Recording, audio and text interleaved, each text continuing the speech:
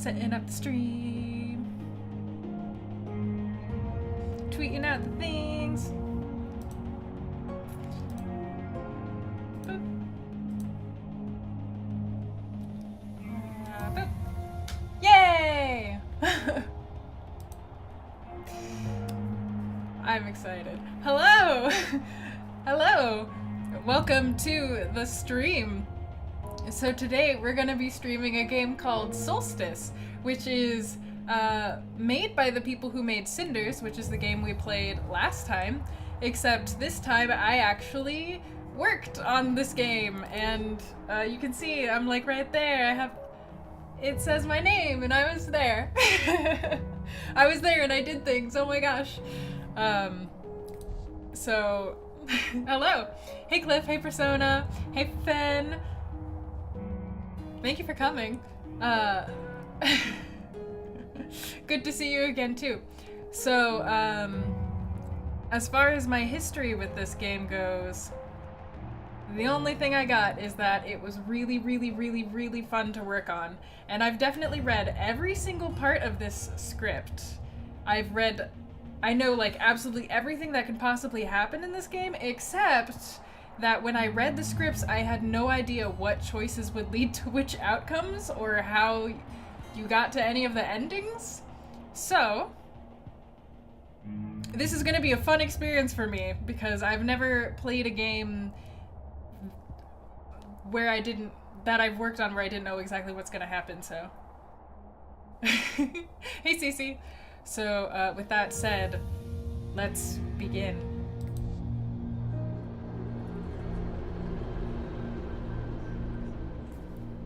Oh my gosh, I didn't know that the game did that! Oh my gosh! Oh, this is way more polished than the build I saw. Oh, hang on. I think it's auto-playing. There we go. So odd. Hey Snowy, welcome! Congratulations, Sunshine, you did it! I could have sworn I heard voices. It really is so pretty. I love the art styles for these games, and especially look at these effects, the way that it's making things look. Perhaps it was the wind. Yes, it must have been. If only that damn caravan driver actually did what he was paid for. I have to turn around, you know. I have a wife, you know. Where I come from, his wife would be ashamed, you know. Hey Moist, thanks for coming.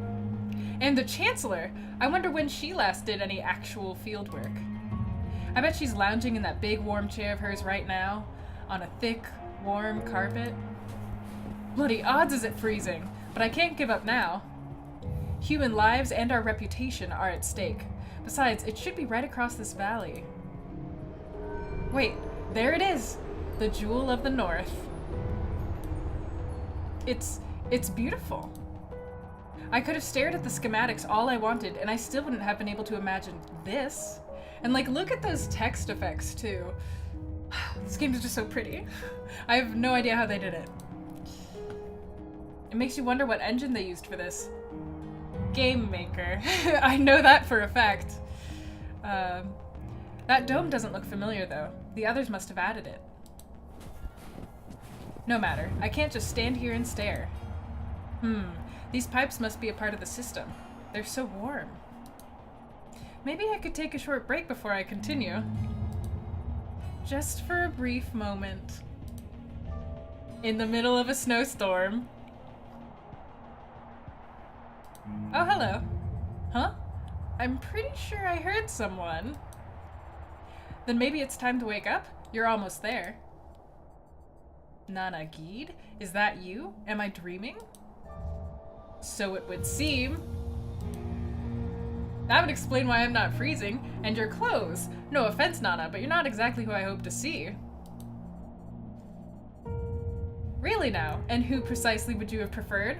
So I don't know if you guys remember Nana Geed from Cinders. Yeah! It's her, she's back. I'm sorry, it's just, this caravan couldn't go any slower and the nights are so cold in the north. I'm glad you guys still remember her. I hoped you'd be the driver announcing we'd arrived at the gates. Hey, Dead Duct. Hey, Zach. That or something more entertaining.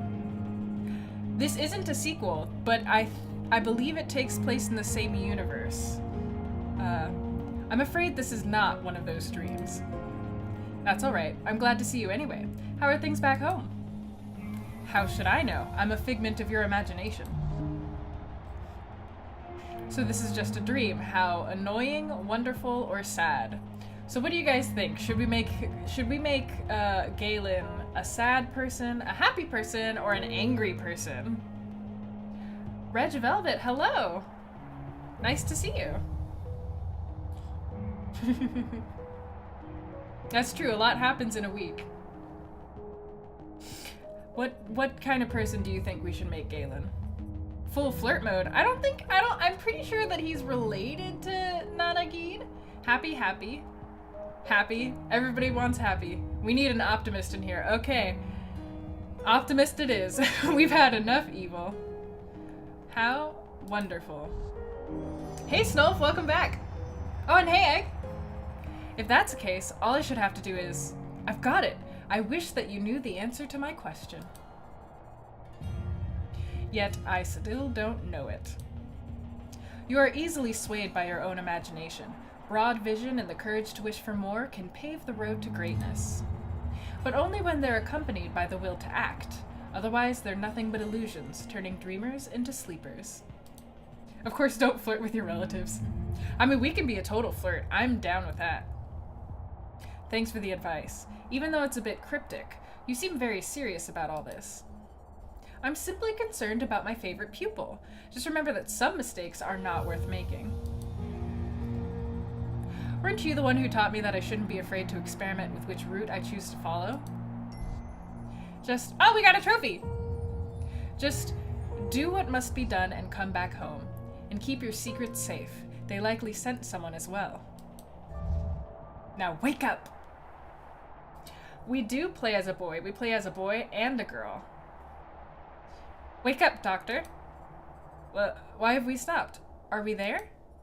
Almost. The dogs found someone in the snow. She's still breathing. Damn lucky if you ask me. And here I was complaining about an uneventful journey. Let me get my things.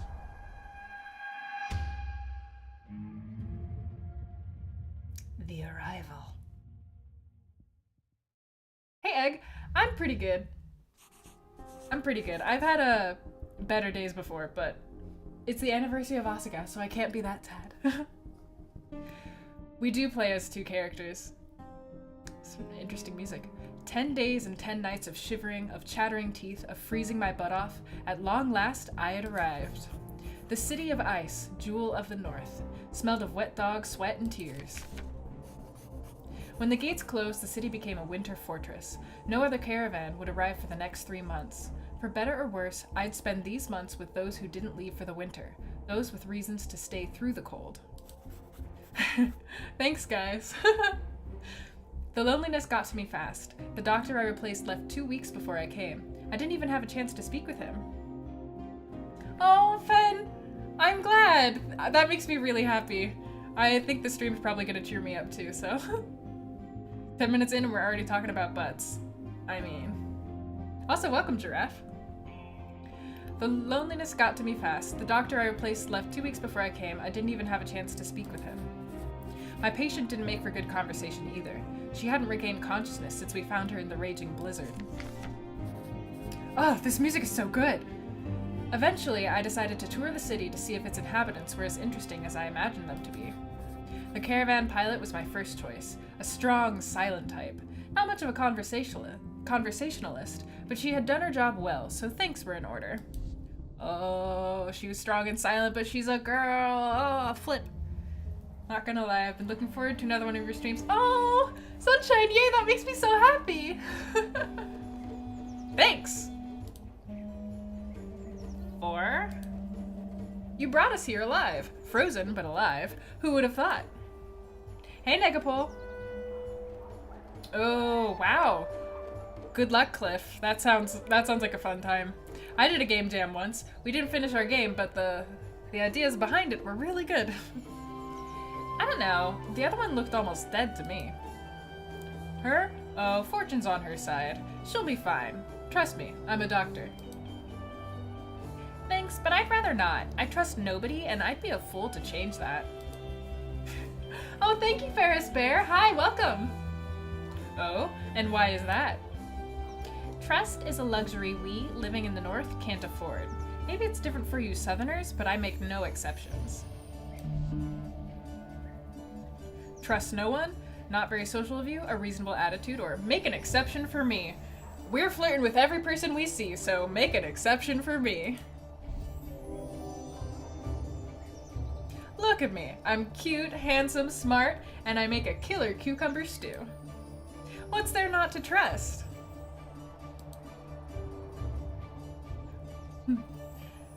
Thanks, Ben. Good luck. Gullible fools don't grow old in this city. Glare. Did you guys see his glaring face? Well, this city really is something else. You Southerners always do that. When you get uncomfortable, you switch to some benign topic. Still, you're right. This place is special. A utopian garden in the middle of an icy desert. Incredible. I wonder how it's done. Look up. Oh, I had a feeling it had something to do with the huge, sparkly dome. What a sight. Really interesting. I wonder what went into making it. What in the spirits are you doing?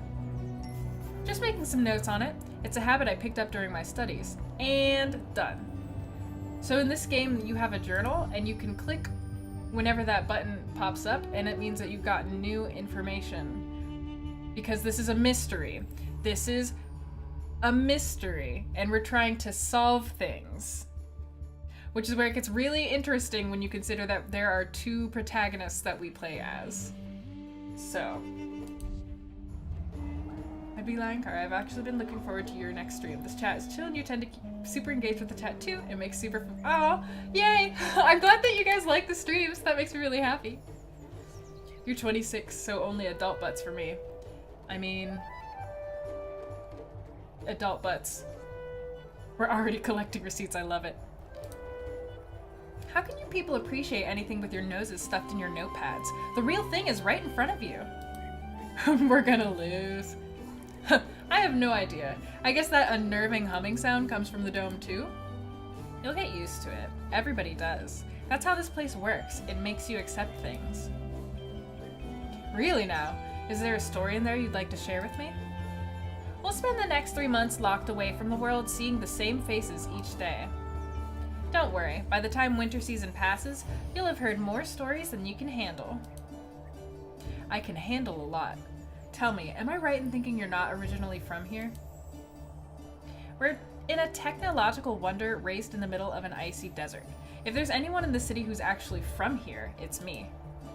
I come from the tribes who inhabited this land long before this crazy contraption was built. The less said about them, the better. Shh, optimism! Our love interest must have at least 3 belts. I'm not 100% sure, but I think maybe we're in luck there. Now please, leave me alone. I'm busy. I like her. Yukon was as cheerful and perky as a sledgehammer. I wonder what the meaning of her name is in her native tongue. Something tells me it's attitude. Oh, Galen with the sass! She was right about one thing, though. The girl we found was in really bad shape. Frankly speaking, she was lucky to be alive. What madness made her venture through the icy desert on foot?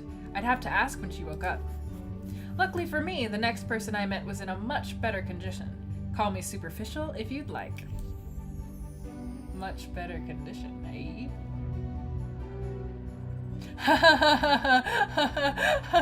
Belts. Good morning, officer. Why was I summoned here? Am I being arrested? Nothing like that. Oh, too bad. So, you're the new doctor. I wanted to welcome you to our city. My name is Cassia. I'm the Chief of the Guard. Chief of the Guard, I remember a certain history with another Chief of the Guard, and that turned out pretty well for us. Thank you, glad to be here. Pardon my boldness, but you look different from other guards. Ooh, ice cream! Tell us what flavor you get. I've noticed a few around the market, and they had these really fancy uniforms. Those are the private security of the merchant families, staying behind over the true winter to protect their precious district. The city guard is a separate entity. Honestly, I couldn't care less about a fancy uniform. Before I got this job, I used to be a sellsword. Experience taught me simple attire works best. New belt guy looks like like your real life friend? Besides, you don't look like our last doctor either. Where's your white coat? Good point. I guess it's not the clothes that make the man. Digging his hair? Oh yeah, he's got that side shave going on. Hey, Marmaduke. You came here just in time to see Belt Boyfriend. Exactly. In any case, I hope your coming here will prove worthwhile. Oh yes, I'm sure it'll be a huge boost to my career. It might. At the very least, you can spend your contracted time analyzing the locals. I like his hair. 4 belts, not a bad number. Not as much as Belt Husband, but Belt Boyfriend's, you know, maybe he'll get there. I'm sure you'll find them odd, eccentric, and generally unstable enough to be worthy of research. So everyone's crazy? Who said crazy is bad and you are sane or hardly surprising? Do you guys think and you are sane is the flirting option? Or is that the hostile option? The more belts, the more we love them. The more belts, the better. He's working his way up to the fifth belt. He's like a martial artist. He's learning as he goes. I'm happy right now. Cause like I want to pick and you are sane because I feel like that's the flirty one, but there's like that slight chance that actually means that he's gonna punch us in the face.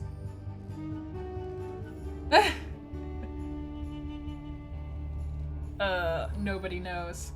Okay. If nobody else knows, I'm gonna take the risk. I'm gonna go for it.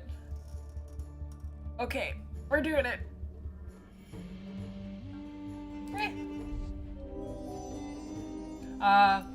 That's okay, Snulf.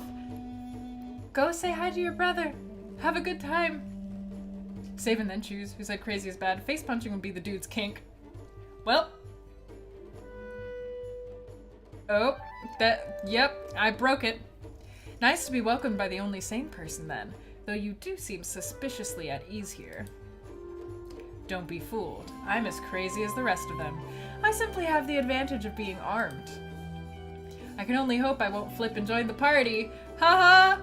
Huh? Huh? About that, remind me to tell you what happened to the previous doctor. Anyway, have a good stay in the city and feel free to drop by the guardhouse if you want to chat. And please, don't start any trouble. There are so few of us here, it would be a shame if someone had to spend the entire true winter in jail. Ouch. No worries, Captain. I'll keep my troublemaking nature at bay. Glad to hear it. See you around. He's edgy underneath all of those belts. I already had a good feeling about Cassia. I'd always felt uniforms and a sense of humor were the perfect combination. Maybe being stuck in this place for 3 months wouldn't be as boring as I thought. Real talk, though? Uniforms and a sense of humor? Psh, that's all men need to be attractive. A uniform and a sense of humor. Just like, I don't know, cafeteria worker uniform and a sense of humor. Boom, you did it! My next destination was the local bathhouse. I didn't have time to daydream in the tubs, but I couldn't resist at least dropping by and saying hello. Cassia is a babe. I'm glad we're already feeling good about Belt Boyfriend. The hostess, as it turned out, was even more friendly than the guard. Good feeling we're basically married already? Uniforms and sass are my kinks. Good day, traveler. Allow me to welcome you to our city and to my bathhouse. Thank you. Please don't be offended by my question, but how come people were so eager to have a look at me on my way here? They were watching from their windows. This is a big city. Am I a tourist attraction of some sort? An oddity? Or is there something on my face? I can say with... Whoops. Oh, oh, oh, oh, oh, oh, oh, oh. Oh. I broke the game.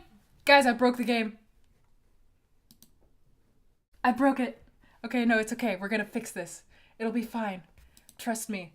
I shall guide you through the nonsense.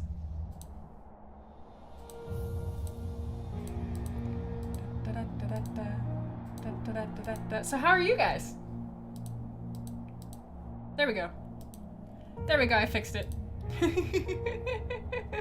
We'll skip through the beginning. I didn't do anything! Guys, no, I didn't do anything! Don't blame me! I scrolled the wheel back on the mouse and I think it caused some kind of error. Which, to be fair, is pretty much the exact... Somehow I feel this is Damien's doing. That jerk. I don't remember how to skip things. Whoops. So I'm just gonna click a lot of buttons. Witchcraft. I think I need to learn how to save more during streams, because that's pretty much my worst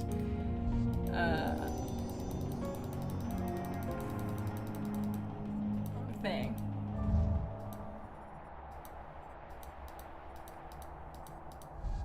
Okay. Damn it, Damien. Hey, MJ. Welcome to the stream. I'm magical. Only if my magic breaks things. I think that's exactly how magical I am. Have you been? I sent you another email concerning your VN. Not a question this time, something that you think is important that you need some assistance to sort out. Okay, I'll look at that email when I'm done with the stream. Everyone has a problem with saving. Yeah.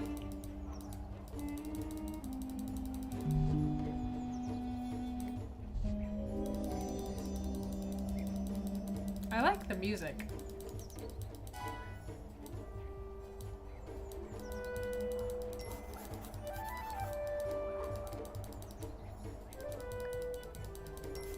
Okay, there we go.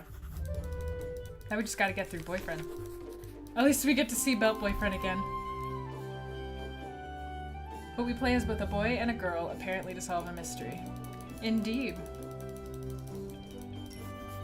A Mr. named Galen. He's a doctor. He knows Nana Geed from the last game. Working on the Stargazer picture looks better than the original so far. I'm excited to see it. Tonight's game is a game called Solstice, made by the same people who made Cinders, except also I was there and helped with editing the words and coding a couple scenes. And this game is about murder! Yay! And love, but murder mostly. So we'll start this scene from the top. Good day, traveler. Allow me to welcome you to our city, and to my bathhouse. Hello, Bugaboo. I like your name. Thank you. Don't be offended by my question, but how come some people were so eager to have a look at me on my way here? They were watching from their windows.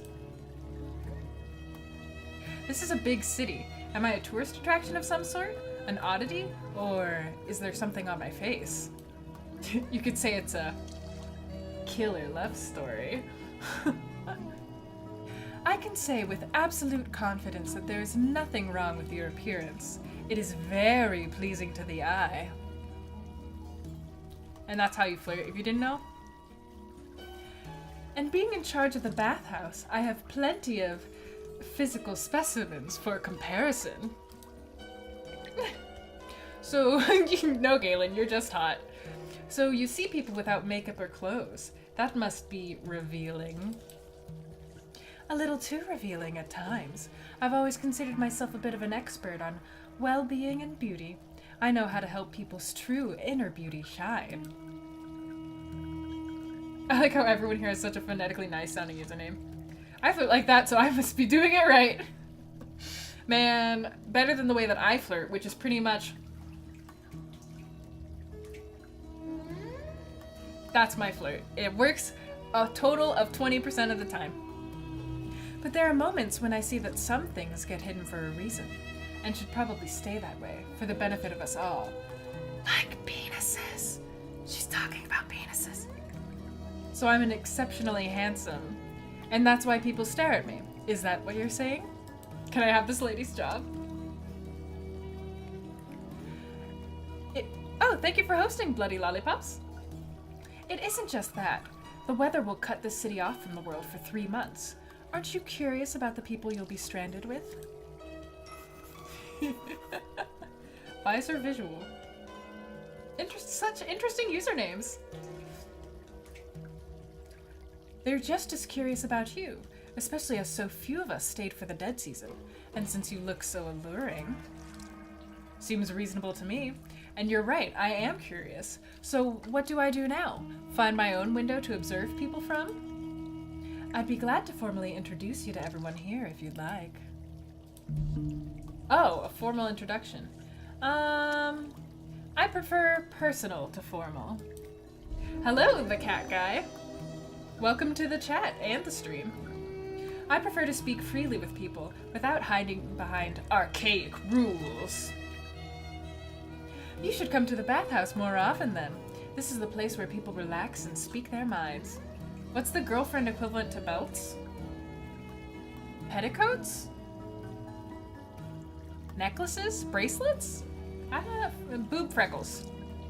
My actual flirt strat is to get drunk and then be way too forward. Hey, high five. If that's the case, I'll definitely be back. Hang on, now I'm curious. What are other people's flirt strats? But who gets the boyfriend and who gets the girlfriend? Can we have double boyfriends or girlfriends? Man, guys, it's a mystery game. I can't just tell you what happens. Corsets. The cat guy, thank you for following. Welcome to the fold. If that's the case, I'll definitely be back. Thanks, Sec. A girl with 6 petticoats. I was beginning to think people were chatty and warm here in the north. Back in the Isles, we partied whenever there was a newcomer. Because it was the polite thing to do, yes, but mostly because parties are fun. Constance seemed like a woman used to a more sophisticated type of entertainment, though. And I must admit, her perfume smelled amazing. But I started to wonder, what did folks in the city do when they wanted to have fun? I guess watching the dome could be an entertaining, if nauseating, pastime.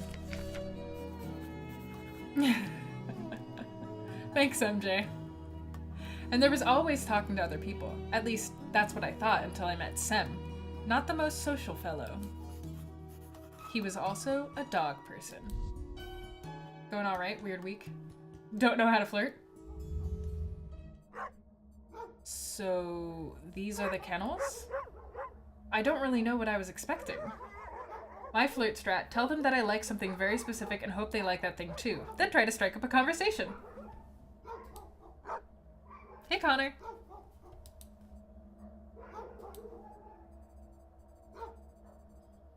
So, I'm the new doctor. I just arrived and I'm going around meeting everyone.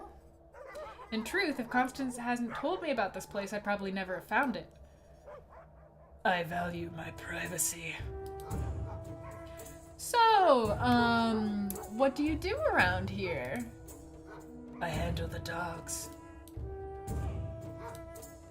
Yeah, the barking sort of spoiled that surprise. So you have a couple of nice pups? That's great. I like dogs. I don't have them. You can't own a dog just like you can't own a friend. No dog would ever say he was owned. Oh? And what would a dog say? Nothing, of course. But no dog could have such an idea. They're much more honest than humans. So, Sem Baby has been hurt before. Uh-huh. Belt husband before the belts. Too many mysteries. My flirt strat is usually to make friends with someone for a while and then suddenly awkwardly ask if they like me. That friend zone strat. But Puppy Keeper is not very pretty. Look at him. He's like dirty blondish with blue eyes, I think. Or brown. He's got eyes. That's hot. Sem is really kinky. I can sense it. Honest? Haven't you ever seen a puppy pretend it hadn't slept in your bed despite leaving fur everywhere? It likely wasn't properly told that its pack doesn't share a lair. Don't expect animals to understand human customs. People, however, understand them well and try to take advantage of them intentionally. I guess they do. What was your name again? I'm Sam, the city's master of kennels. A pretty important position, seeing as all travels here is done by dog sled.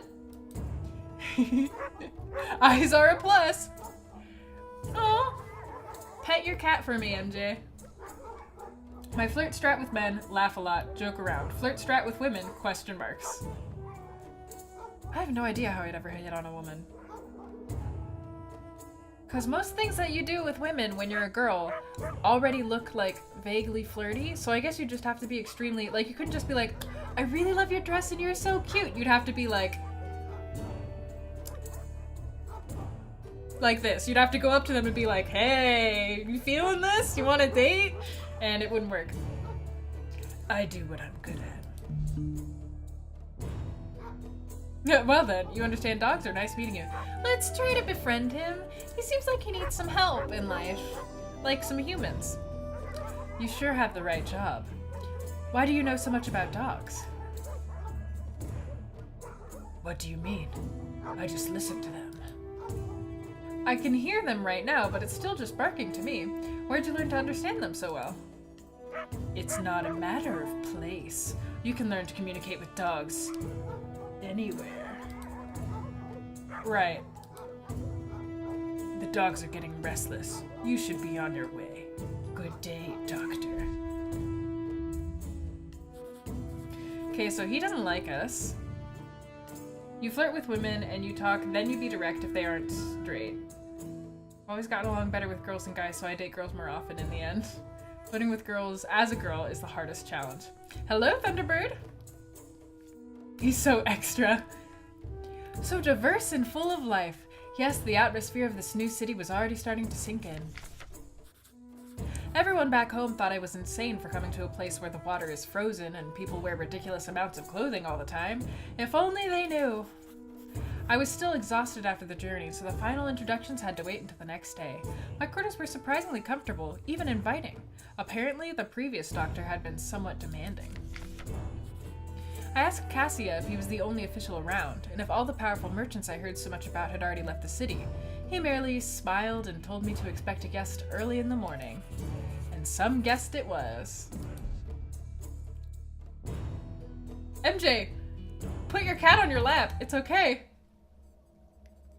I feel like he's the type to howl in bed. He's basically a furry, and I'm not feeling that. I mean, we don't know. Maybe he just, like, really prefers doggy style. Spirits, yes, I'm coming. Hello? Who is this? Open up, boy. I haven't got all day. Some of us have to sleep, you know. What? Did your southern sun eat your smarts, or are you dense by nature? I'm the one who's paying you. Open the damn door. Oh,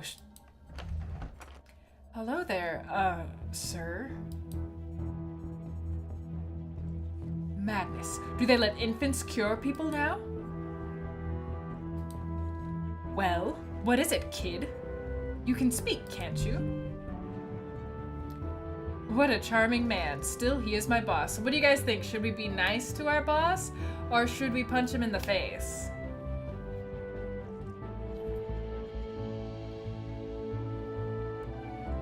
Sounds like your cat loves you. What do you think? Also, by the way, don't you like Galen's angry face? Because I kind of really love it. Anger is unhealthy. Be a nice boy. Punch him. Be mean. I always want to be nice. Oh, we're going for the mean. I'm seeing we're going for Galen having a lot of sass. And to be honest, I'm digging it. You're happy. Why are you punching people? Oh, that's right. Nice, nice. It's probably the person who killed whoever or the person who died. Fine, we'll be nice to his face. Sorry, I'm half asleep or something. I'm quite good at speaking, though I admit I still have problems with some of the bigger words. Especially when I'm half asleep. I'm sorry, Snorp. I'm sorry, Reg. Snarry Snorp. telling you, be mean. I'm sorry, guys. It'll do you good to get up early. It's almost daytime anyhow. Well, I guess you'll have to do. They wouldn't have sent someone wholly incompetent. I see the captain already showed you the office. You will be attending to your professional duties here. This includes your patients and the plants. The old doctor left quite a herbarium, I must say. Herbarium! What a word.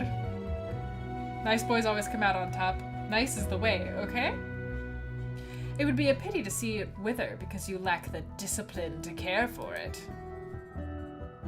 I take my obligations seriously, sir. I assure you of that. Duties! Are we gonna do that again? Are we gonna take a drink every time there's a duty? I got water, I'm prepared. Do you now? Well, it's good to hear such a thing from one so young. What was your name again? I like the idea that Galen don't take no shit, though. I'm Galen, sir. Ah, yes, of the Geed clan. It's not exactly a clan? It matters not. I know of your family, tribe, or what have you. Quite famous, some of you. Very expensive services. You can do it without alcohol. But I digress. Do your job right and we'll get along just fine. Who knows, maybe duty won't come up that much, or maybe there will be another word. And whatever you do, don't trouble me. I may be retired, but that only means I have even more control over what I do with my time. Nothing like an old man threatening you. I understand, sir. Jen the Pixie. Services. Good. Maybe you're not as feeble-minded as that ridiculous smile makes you look. And call me Istvan. I don't hold official titles anymore, so you don't have to sir me. Shirley Temples, hey! Istvan was something else. Yeah, the art for this game is really pretty. I don't think I'd ever met a man his age with so much energy. He was actually in a hurry to go to bed, which made me wonder what he'd been doing the whole night. He also gave me a priceless piece of information. I was to get all my meals at the local inn. Just in time, too. I was getting hungry, and when I'm hungry, I'm only half the charmer. Does anybody have a crush on Galen yet? Hello there, madam. Are you the innkeeper? Hello to you too, young man. That I am. You're the new doctor, aren't you? Yes, that's me. It must be obvious what with so few people left in the city and me being the only new face. I wouldn't be doing my job properly if I didn't know who you were, Galen. Including knowing my name. Especially the name. I'm gay for Galen. It reminds me of an actor. Do you have to ask? Nice. Pleased to meet you, Slava. But what are you doing here at this early hour? Let me guess, the old fool paid you an early welcome visit? Galen's not buff enough for you. Oh. I feel like he might be pretty buff. He's got some nice forearms.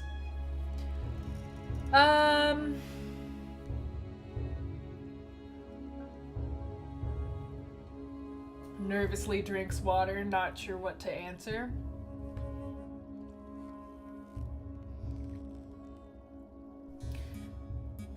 I thought for a second her name was Saliva.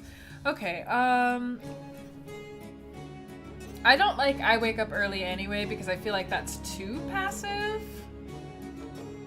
Hey, fools are fine. I don't know, are we gonna be mean, like nice to Istvan's face and mean behind his back, or are we just like, are we gonna be like the nicest possible person? Bara or GTFO? What type do I think Galen is? I think he's the playboy, definitely.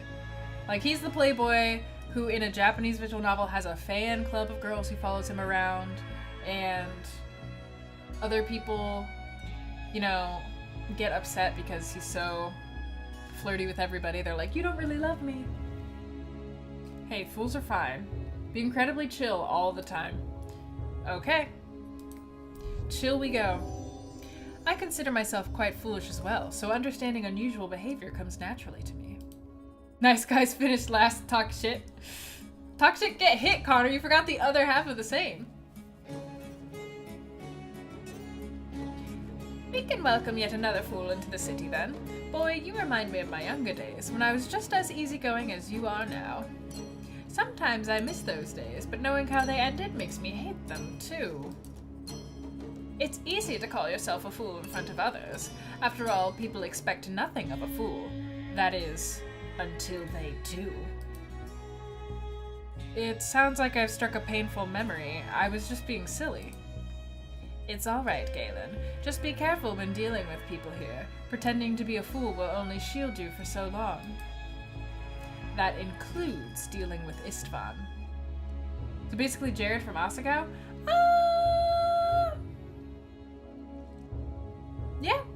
Yeah, I would say he's the Jared type. I can take a hit. That's just Jared in real life. But isn't Istvan your boss too? Isn't it risky for you to call him, what, an old fool? Ha! If I got a silver shilling each time I called him that to his face, I'd have my own palace in the merchant's district by now. Istvan tolerates this? He needs me. I also think he respects me because I, unlike so many others, speak my mind openly. He probably feels a bit sorry for me as well, I think, because of Lev. Who's Lev? My insane husband. Oh. May I ask what happened to him? Cara. That's what happened. But I'm babbling. You came here to eat, didn't you? Ha ha ha, but that really interesting thing I was talking about, let's not talk about it anymore. Ha ha ha, food. Saliva keeps it 100% real. I like Saliva. I immediately liked Saliva. Direct and edgy, she also came across as a kind and caring person. I was looking forward to getting to know her better.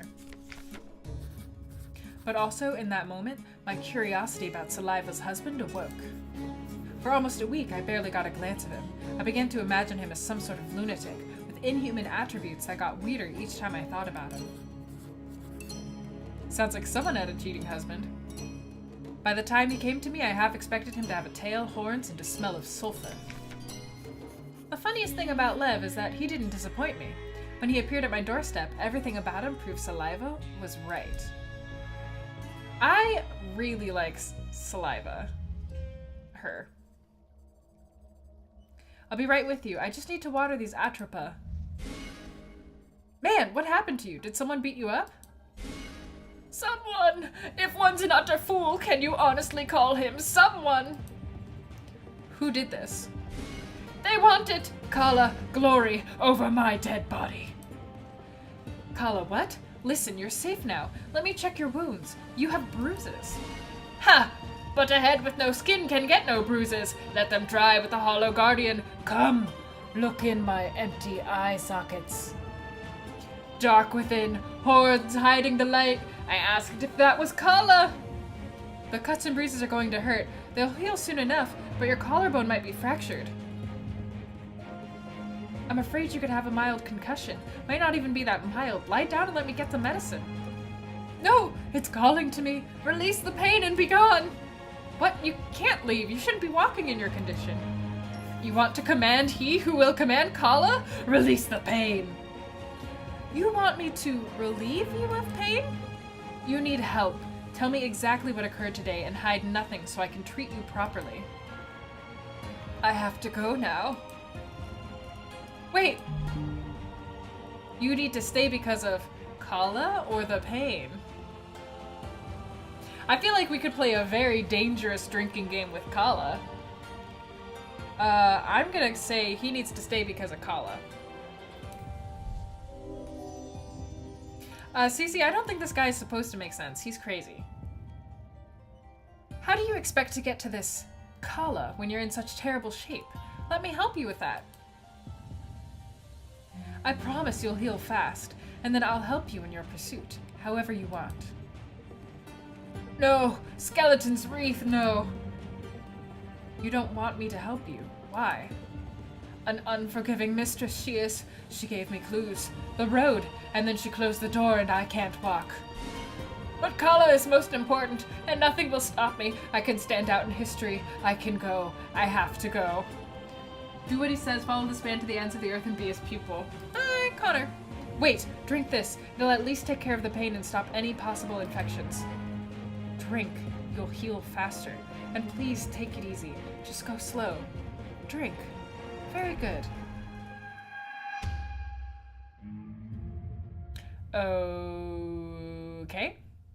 Lev is actually a skeleton in disguise? I mean... Everything about Lev was ominous. Even without years of experience in psychiatry, I could tell that his babbling wasn't caused by a concussion.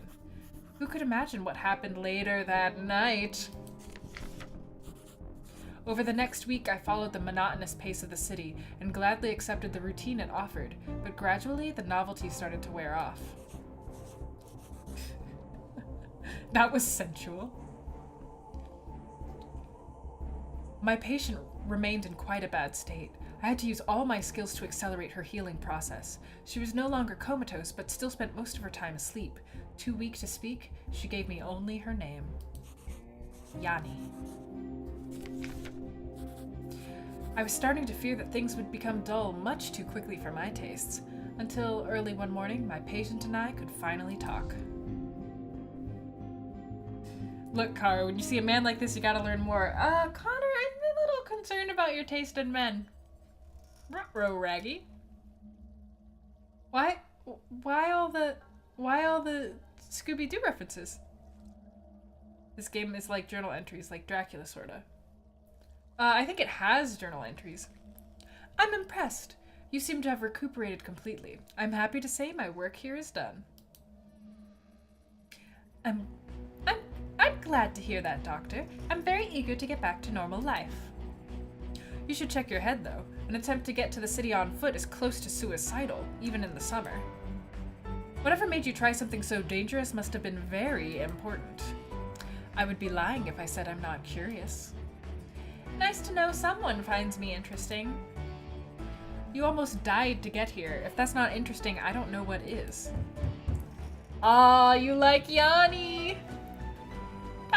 Dr. Galen, are you there? What the? Sounds like an emergency, Doctor. I'd best leave you with your patient. I'll be in the kitchen if you need me. I'm gay for all the people in this game.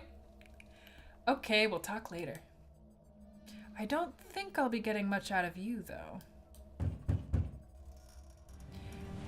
Hello? Dr. Galen, are you in there? Saliva? Hold on, I'm coming. The heart wants what it wants. Doctor, you have to help me. No one else will. It's all right, Saliva. What's wrong? That crazy old fool, he's gone. Gone for good. I just know something terrible has happened to him. Whoa, please calm down and start from the beginning. What do you mean, gone? His things are all gone, just like last time, only he's never been missing for so long. I can't help you if I don't understand what's wrong. Try to focus and explain everything, slowly. No, there's no time. We have to do something. It's been way too long. You have to help me. She's hysterical. I should comfort her or medicate her?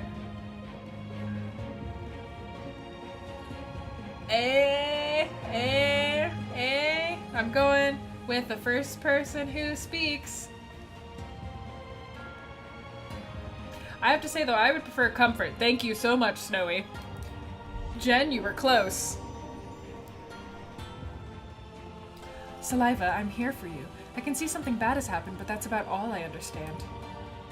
Please, let me help you. Try to calm down and tell me exactly what the problem is. But there's no time to talk. We need to act.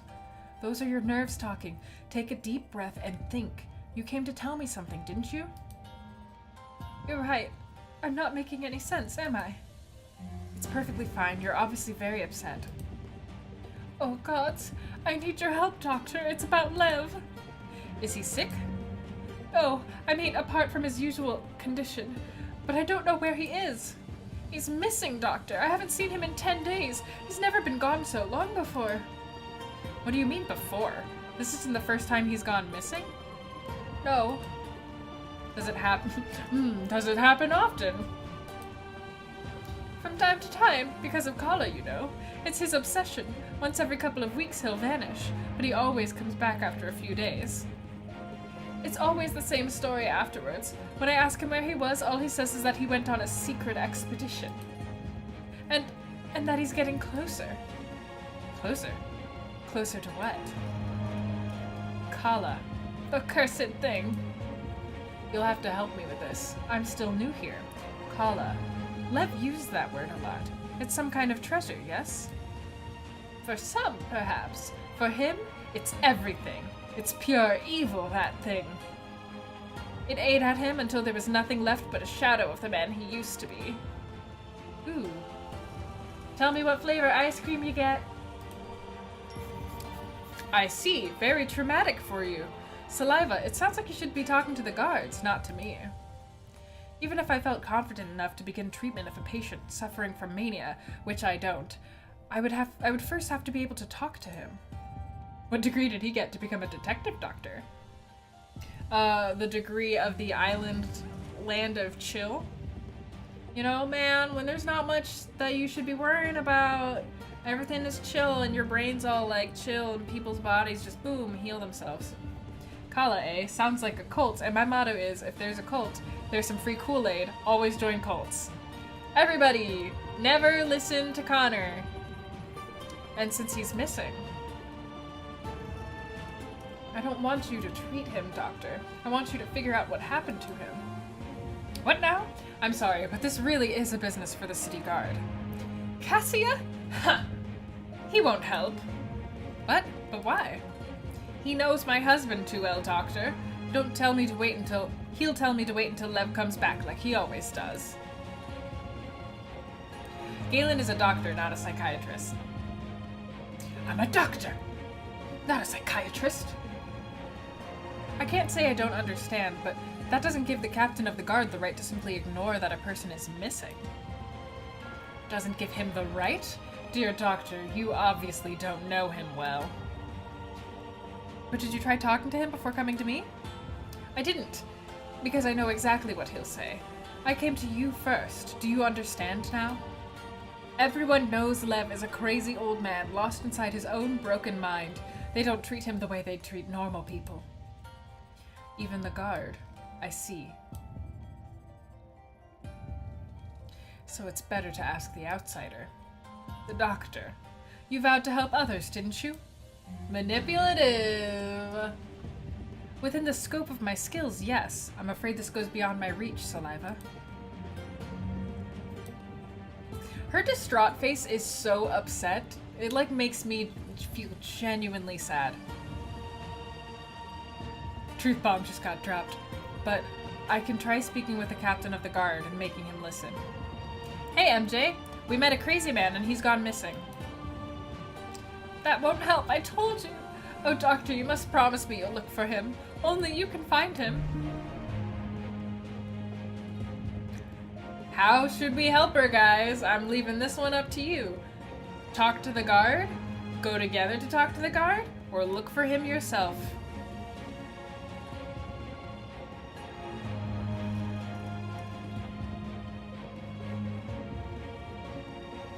Look for him, go together, go together. But I mean, if we talk to the guard alone, maybe we can get to flirt with a guard. I mean, I know that this is technically a situation of crisis, but you gotta keep your priorities. We should go together, we need to listen to him. Can't we talk it and look? I don't think we can. Okay, everybody is saying that we should... all in this together. Why don't we go together? Maybe he'll be more responsive to the pleas of two citizens. Citizens? Dear Doctor, you are very far away from home. No, he won't do a thing. I don't think going together is a good idea. Pushing doesn't work with Cassia. I've known him long enough to see that. But thank you for doing this for me. Going there for me because I'm in trouble. People don't do things like that in this city. Damn it, I want to flirt. That's alright, Saliva. Maybe it's a good thing I'm still an outsider then.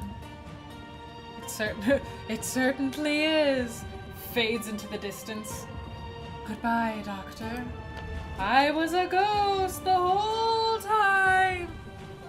Goodbye, Saliva. Yani, I'm going out. Feel free to use anything you need. Just not the vials on the desk, alright? Fine, Doctor. A week ago, she was on the brink of death, and now she's yelling like a drunken fish straight. Oh, I guess. Fine, Doctor! Bless her.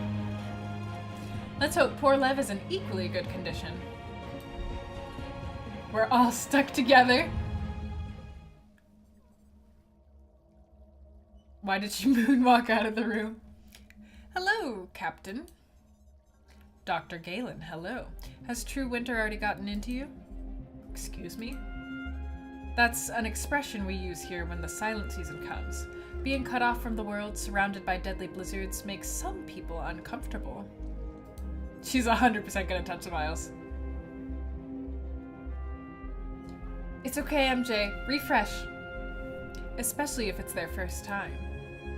Is that why almost everybody leaves for the dead season? The concept still fascinates me. That's part of it, but believe me, it's more mundane than you think. The city is built on the merchant families and their business. Dead season makes trade impossible, so they either travel to restock or retire to their winter residences. Can't wait for Cassie and Galen to become a power couple. Yo, this is a hot boy. I think I passed a few of those on my way here. But what about the commoners? What commoners? Here, you're either someone important or you work for someone who is. You don't like Cassia? Why, Thunderbird? Because he looks like a fuckboy? Families take their retainers with them. They only leave those whose jobs are absolutely essential. Mine is to make sure these people are safe. Funny you should mention your job. That's exactly what brought me here. Really, Doctor, my job? Have you some words of advice? Do you realize Lev is missing again? Look for him now. How can you ignore Sliva? Do you know anything about it? Okay, I feel like saying look for him now is definitely gonna piss off the guy who has a sword on his belt. So... Thunder, don't you dare. He has belts and is captain of the guard. So... Okay, I feel like also saying how can you ignore Slav is like really hostile because technically Slava hasn't come to him yet.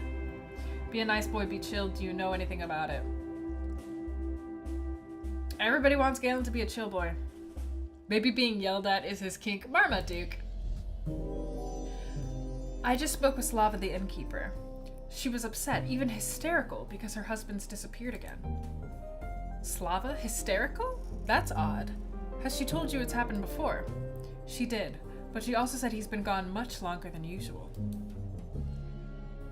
Punch him. Gotta find Lev. How long? How long, am I right? How long? 10 days. I see. Do you have any idea what might have happened to him? How would I know? Lev's paths and the logic that governs them are a mystery to all. It's difficult enough just to follow his words. First we find Lev and then we find love. Hey man, being yelled at is my kink. I mean, to be honest, lots of people have that kink. You know, he looks like his daddy bought him his position in the guard. Why? Is it just because of his haircut? Insanity is hardly rare in this city. The rest of us are just better at hiding it. Spend more time here and I'm sure you'll learn to appreciate it. Why aren't you going to look for him then? Isn't this part of your job? Thanks for the advice. After just 2 weeks, you're an expert on this city and all its dwellers. Looks like true winter has treated you very well indeed. What's that supposed to mean? The first true winter in the city is usually the hardest. People find different ways to cope with the stress and the boredom. I see you get bored rather quickly. I can't believe I'm hearing this. Relax, Doctor. There's no need for aggression. Why are you so eager to help Slava and Lev anyway? The hair is a big part of it, and his tiny little facial hair, and his super pasty skin. Man, he can't help that he's a ginger.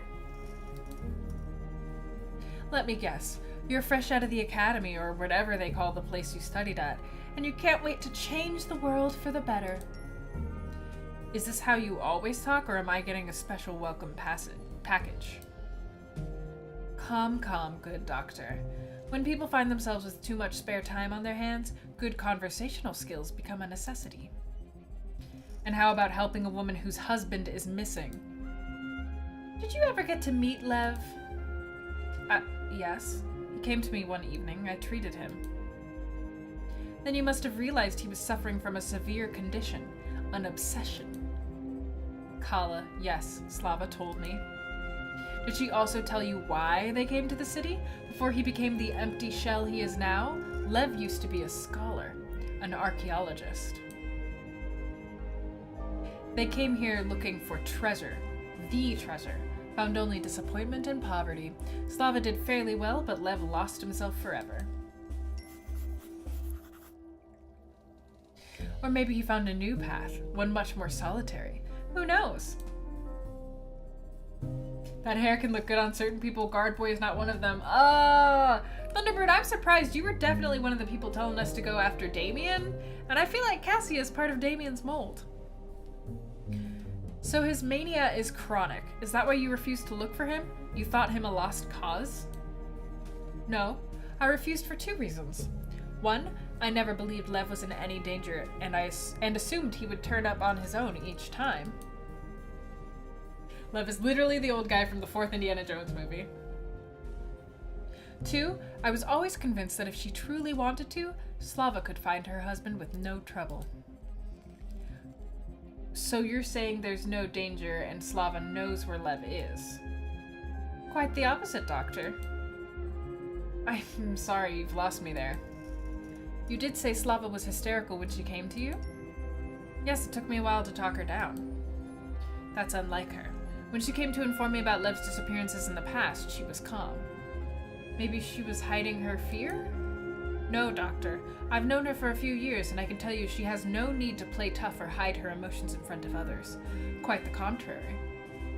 Slava should put a leash on Lev. That guy would be a rabid pet to keep. Damien was actually cute. He was a sexy bad boy. Guard Boy is a preppy douche. Egg, you don't like him either? No, what's happening? He's wearing belts. People respect her. Some even fear her because of her openness. The sincere tears of a fearful wife wouldn't harm her image, but there were none. She showed no emotion whatsoever. Really, today she seemed mad with grief. Which would mean things are different. She's actually afraid for his safety because this time she has no idea where he is. Why would she be afraid? I haven't got a clue. Maybe she's afraid Lev left the city and froze to death? You're kind of on the fence with Guard Boy. Oh, what's happening? No! That's one of about 1,000 possibilities, yes. Well, your hypothesis about what caused Slava's hysterics is just that, a hypothesis. If this bothers you so much, why not ask Slava yourself about her change of heart? I'd rather ask why you aren't that bothered that Lev seems to actually be missing this time. I trust he can take care of himself. The man you describe as completely mad just a few minutes ago? Damien was a textbook Satan. A man who won't help someone in need isn't worth my love. Whoa! But he is! He says he's gonna help! Precisely. I trust him because of his madness. But I can tell you're not satisfied with my answer. Why don't you try and look for him yourself? Why would I want to do your job for you? Oh, I think you've already started your own little investigation. Enjoying it, aren't you? Oh, he's right. I am enjoying this. I must help Lev and Slava. Anything to kill time. Somebody has to do your job. We're making Galen, like, super nice. So he has to help Lev and Slava. I'm still in for the belts. If your name is Damon, you are 10 times more likely to be Satan. Haven't you ever seen Sailor Moon, though? Nobody knows where Lev is, and Slava asked me for help. What else could I do? The sexual tension between these two. This city just loves people with that kind of attitude. You'll fit in just fine. Where will you begin your search? Right here, of course. I'm gonna ask one of the most informed people around. I just want a guy who's emotionally available and not filled with bees. Marmaduke, has something happened? Well, Captain, who do you think I should speak to first? Slava is the obvious choice. But if she's hiding something, you're assuming she is? Her behavior doesn't make sense. I should talk to someone who may know more about her. Maybe a close friend? No, a friend would be biased. Oof, Persona. I was watching Crystal for a little while, but man, was Sailor Moon Crystal disappointing to me. So Nick Cage is not your first choice? I don't think Nicolas Cage is anybody's first choice. No offense to him, but his face is just so long and Neanderthal-ish. It's not my thing. Talk to Constance. She's been around for a very long time. Don't tell her I told you that. She knows a lot about everybody. But there's another clue, isn't there? Lev's obsession with Kala may be important. Who can I talk to about that? My husband looks like Nick Cage. And I'm sure your husband is very attractive. But probably not to me, which, you know, all the better. Cara, have we met everyone yet? I'm not sure. I think so. I'm not sure. Anybody and everybody. We all have our theories about Kala. If you want to learn about Levs, talk to Yukone. Yukone. The Northern Caravan pilot? She's not very talkative. She likes to keep to herself and seems harsh at times, but she's quite an exceptional young woman, Doctor. Lev talked about Kala with her. Nick Cage has too many B's. Nick Cage has a Nick Cage face. Nick Cage in Face Off took his face off. It was wild. Face. Off. Face. Off. Face. Really? Who would have thought? Thanks for the advice. Let's check our little journal right now. What have we got? Yukone originates from the tribes that inhabit the North's frozen wasteland. Lev spoke to Yukone frequently. He thought she knew something about Kala. Uh-huh.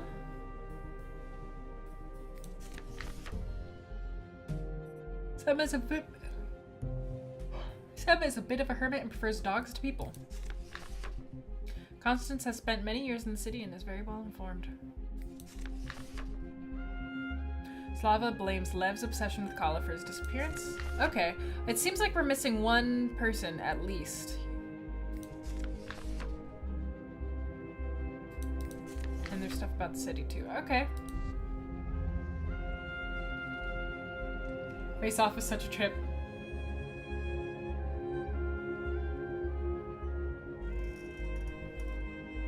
Goliath. Did I finish Solstice? No.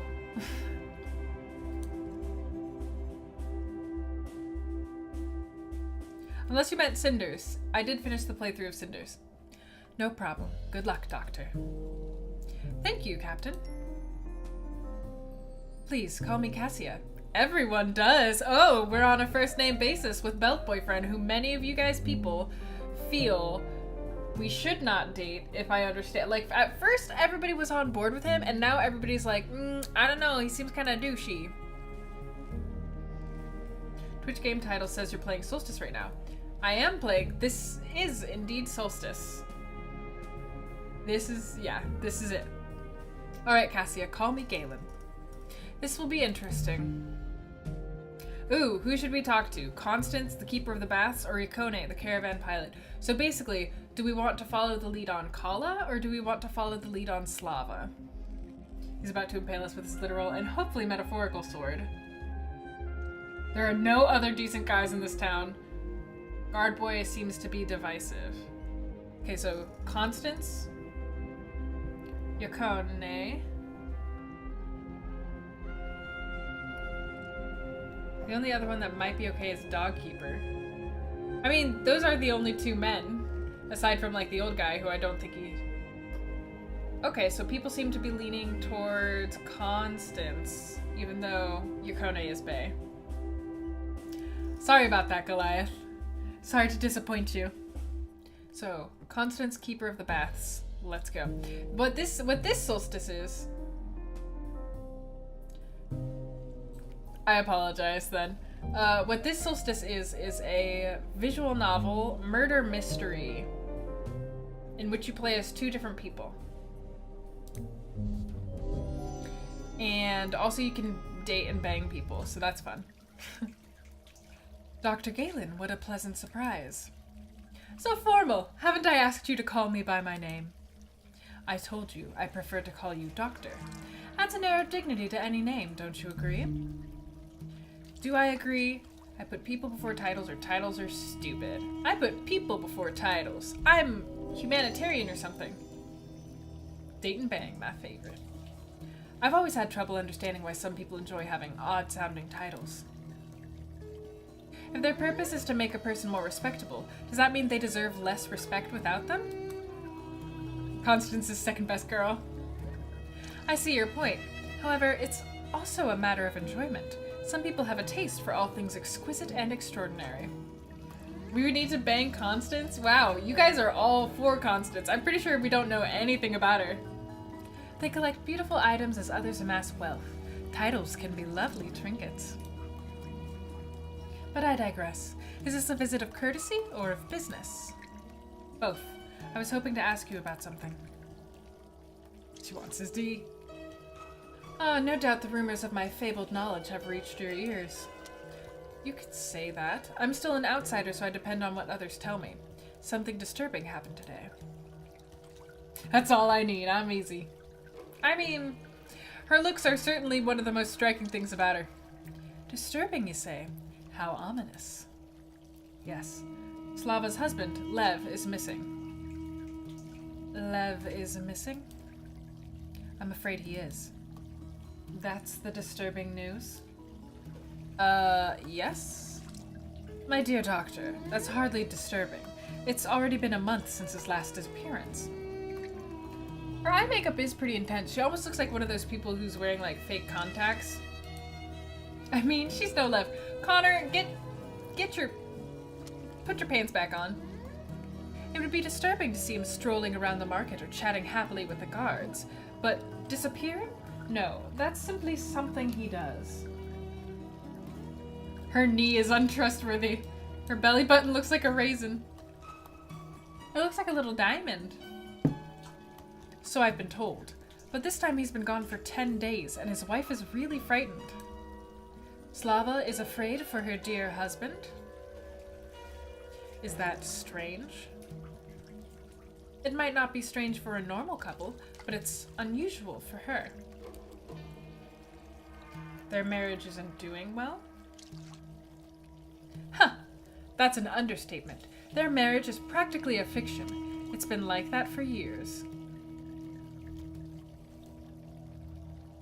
Why? What happened to them?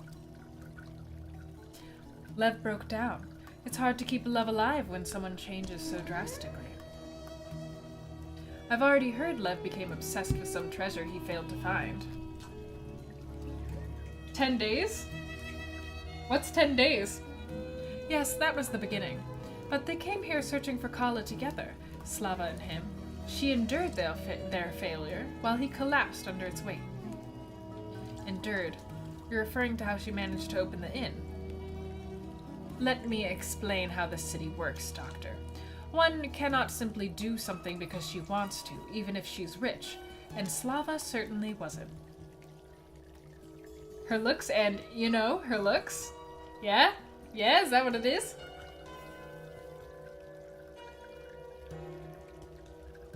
Connor, I'm really confused about your pants. He's been gone for 10 days. But MJ, he disappears all the time. It's fine. Everything that happens here, every little detail, is under direct control of the bank and the merchant families. Everything one does is regulated by compacts. You mean like the contract I signed with the mayor? I was perplexed by how meticulous it was. Slava did some sucky-sucky to get her in. Jen! Don't say that about our dear Saliva! Lev just wants his carpet back. It really tied the room together. Yes. And that was just a compact for a temporary license to replace the old doctor during true winter. Imagine one for opening your own permanent business. Also, your compact is not between you and a mayor. We have no mayor. The agreement is between you and the bank, of which Istvan is the official representative. He paid me a visit right after my arrival. Is he ruler of the city then? It's slightly more complicated than that. He used to be the most important man in the city. Now he's retired. What, 10 days? But with all the families gone for the winter, he's the one in power, which means he's the keeper of the compacts as well. Well, there's a whole city, but almost every single person has left the city for the winter. So, and I think that there's like areas of people where people are, or maybe it's just us five. I don't know. You're telling me everyone here is contracted to do something? Every permanent resident has to have a compact. Only they are allowed to stay in the city for the silent season. So, yes, all of us are contracted. What were you contracted to do, then?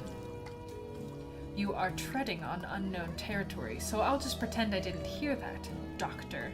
It is very impolite to ask that question. I'm 24, so that's how old I am. The will of the bank is law here. There are no rules to which they must adhere when it comes to compacts. What? So they can contract people to do anything, Doctor. Anything at all. Sounds like slavery must be efficient. Could use a rebel like me. Ha ha ha ha ha. That does sound like slavery, though. 13, 27, 20. Wow, already a very wide age range. 17, 20, 26. I mean, that's a nice, mostly like teens and 20s is what I'm feeling. 16. Sounds like slavery. Not the youngest for once. 23 coming up on 24. 22 going on 60. Wow, lots of people like right around 20s. We're going with sounds like slavery. 19. That's disgusting. It stinks of slavery. I'd assumed I was hired for a seasonal job. How naive of me. Slavery is such an ugly word. The bank prefers to call it rationalized employment. I feel so stupid. I came with no idea of how this place works. I need to process this. Oh, Egg, you're only 15? It's so interesting how... I wonder who... Like, I don't know. You know how you have an image of people that you're talking to? I guess I technically have images for all you guys, but like... So like, seeing the ages, I'm like, oh, yeah, that's right. People are different. Wait, does this mean Lev has a contract too? You weren't paying attention. It's nobody's business but his own. Yes, I understand, but do you think it's possible? Would the bank sign a compact with a mentally ill person? I think I've told you enough to answer that question on your own. They would. So both Slava and Lev came here looking for treasure, but ended up indentured servants. It's difficult to say, but Slava became the new innkeeper, and her husband became the local madman. The new innkeeper? So the inn was run by someone else before her? I'd assume she started her own business from scratch. People are different. Can you imagine the most prosperous trade center in the far north without an inn? It's true, we all kind of talk in internet talk. I think you might be the oldest Fen. At 27, right? What happened to the previous innkeeper? No one knows. One day he was gone and Slava was running the place. She became owner overnight, and Lev... Gradually he became the person you know, lost in his own world, forever chasing the great enigma. Kala. So nobody knows what it is? On the contrary, every person in the city is convinced they're the only one who does. But Slava came here looking for it. It must have been her dream too. Why did she abandon it if Lev didn't? Yeah, 27 is really not that old. It's like Jeff's age. I'm used to being Nissan. The wise wizard character of the chat. I mean, we already have one wise wizard character. Does that mean if another one comes in, you guys are gonna have to fight? Like Saruman and Gandalf? Maybe she wanted to find the legendary treasure and become famous? Or maybe she simply followed her beloved's vision. She used to be deeply in love with him, you know. Jeff's either 27 or 28. Obviously she stopped looking for Colin because it destroyed her marriage. But that isn't the case anymore. What happened to them? He looks so young. How old did you think Jeff was? They ran out of money and the bank asked them to sign their own compacts, which, of course, they did. It's impossible to refuse the bankers. I see. So he started disappearing on his expeditions and she stopped caring for him. Maybe Cassia's right. Cassia is a savvy fox. You'd do well to pay attention to his ideas. Jeff looks 22? No. No. I would say he looks like at least 26. Like, I would think that Jeff looks older than Todd. Well, yeah, Jeff looks older than Todd, I think. A fox indeed.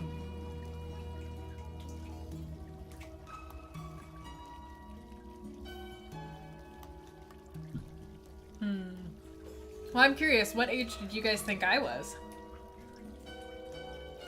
Do you have any idea where Lev might be? None at all. I suppose it must have to do with the only purpose he has left in life. Todd's 26. Yes, I gathered as much. Thank you, Constance. This was an illuminating conversation. Jeff looks like the grandpa in the group. I'm glad you enjoyed your visit. The role of the bathhouse is to help people relax and clear their minds in so many ways.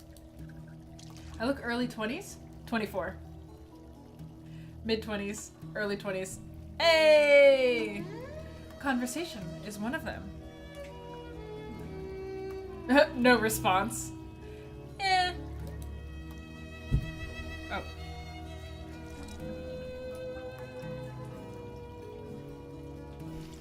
Dropped a thing. My phone. I do feel relaxed here. I wonder. What is it, Doctor? Bye, Connor. The water in this place, it's special. At least I don't look 12. How old I thought most of you were? I assumed basically between 20 and 25. Like early 20s age. Thank you, Persona. That's nice. That's nice of you. Oh yes. Many of my visitors experience wonderful things while bathing here. Some fall into deep trances and experience visions. Others prefer a more carnal entertainment. Was she contracted to be a prostitute? I'm sure they do, though that's not what I meant. No matter. Is there a problem, Doctor? No, quite the contrary. You're a mysterious man, Dr. Galen. I sure hope so. Thanks again, Constance. Everybody in this chat is a cutie. Snowy's right. Doctor, before you go, there's something you should know. What's Inara? What is it? I can see that for some reason you're determined to make enemies. What? Why would you say that? I'm fine. I like friends. I like being friends with people. Going from person to person, asking intimate questions, trying to unearth the secrets of the past others have tried so hard to conceal. This won't make you popular.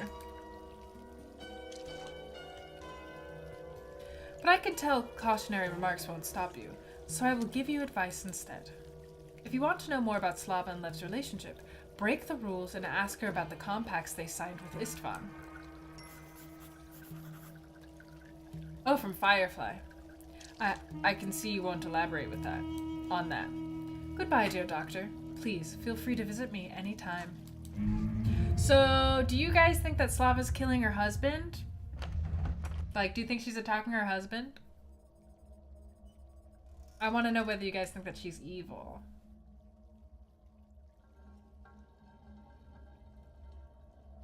MJ, you are not ugly. I seen a picture of you.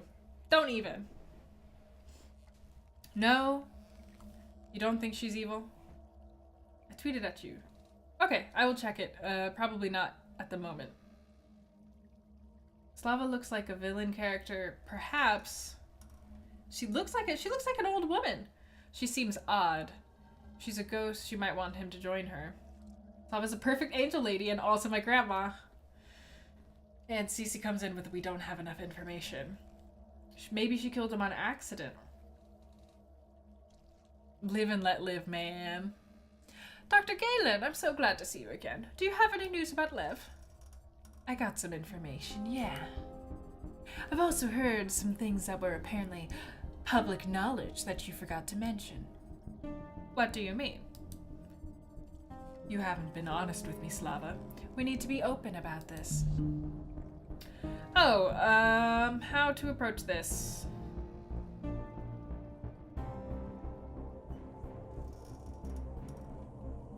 You guys are too nice. Also, she killed him. Cece, you are cute. I'd rate myself solidly average.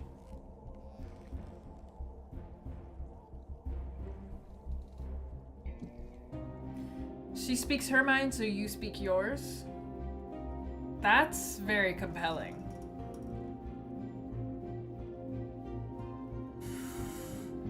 Ooh, I'm sorry. Oh, I'm sorry. I know everybody is saying compassionate, but like, I think that Jen made a really good argument for firm, so I'm gonna do firm.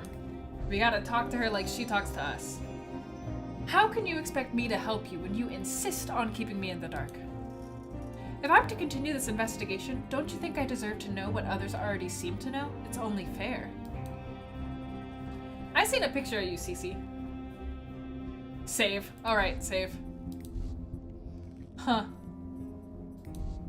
Don't look at those. Those were all definitely things that I used to beta test the game with. Okay. I don't know what others have told you, but you shouldn't believe everything you hear. My conscience is clear. I told you what I know. You have no reason to doubt me. Sometimes nice boys need to be assertive boys. Yo, Snowy. Got that unintentional dating advice right there. Oh. I see. So it's a lie that this is the first time you've been so concerned about Lev's disappearance. Don't fight me on this, Cece. Yeah, sure. Feel free to send me selfies. I like seeing pictures of people. It's actually really interesting to see a picture of somebody that you've seen online for such a long time, because it really is just kind of like your brain goes like beep, and then it takes the profile picture and the image and it goes, and then you're like, I don't even remember what I thought of you looking like. One of the things is that I know that I like have mental images of people based on their usernames. So that's not very helpful. I heard it's never bothered you before. People were quite surprised by how upset you were today. Why are you asking me this? Are you investigating Lev's disappearance or my emotional well-being? It's too real. Ooh, I love cat pictures. Send me pictures of your cat. I can't believe it. I thought you were a reasonable man. I thought you knew the difference between fact and ugly rumor. Oh, okay, this didn't go the way that I planned. I expected more of you. Your emotional well-being seems to be an important factor here. I'm sorry, but I have to ask. Is it true that you weren't concerned about Lev's vanishing acts because your marriage is basically a lie? Holy hell! Why did we go from 0 to 100 here? I thought we were being nice-ish. Wait, does that mean you thought I was an egg?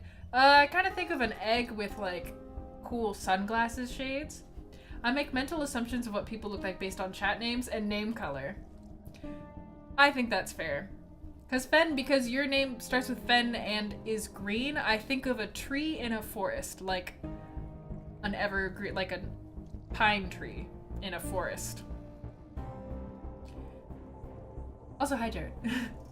Is it true that you weren't concerned about Lev's vanishing acts because your marriage is basically a lie?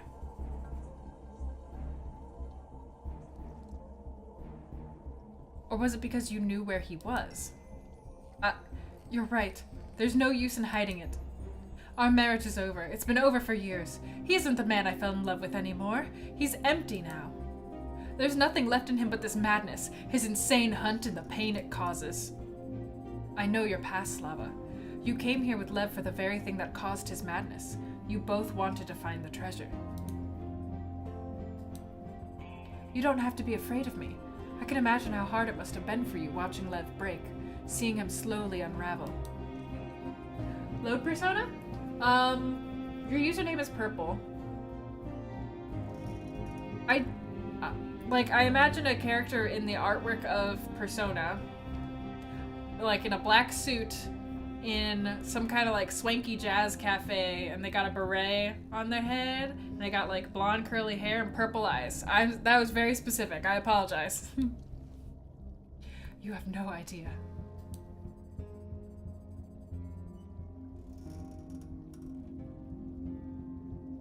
MJ, that was really sweet. That was a really sweet thing to say to Cece. You're nice. But you coped admirably. You refused to give up and looked after the both of you. You speak of things you don't understand.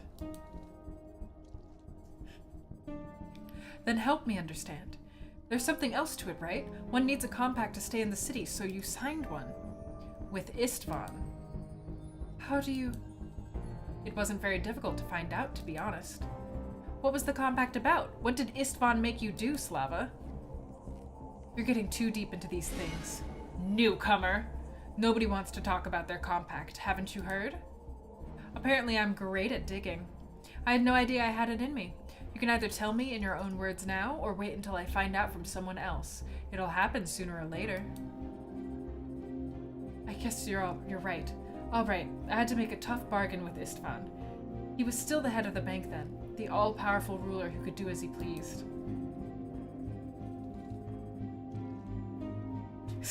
Slava totally sucked the bank guy's dick. We were useless to him. I had to find a way to make us useful. I had to become his tool. What did he make you do? I agreed to something the previous innkeeper wouldn't. I raised the stakes just as Istvan wanted. I became more valuable. That man lost the inn and I took his place. I see. And what is your task? You're a bright boy, Doctor. But that I really can't reveal. Oh, are we still playing this game? You don't understand. It's part of my compact. I can't speak about its contents. If I do...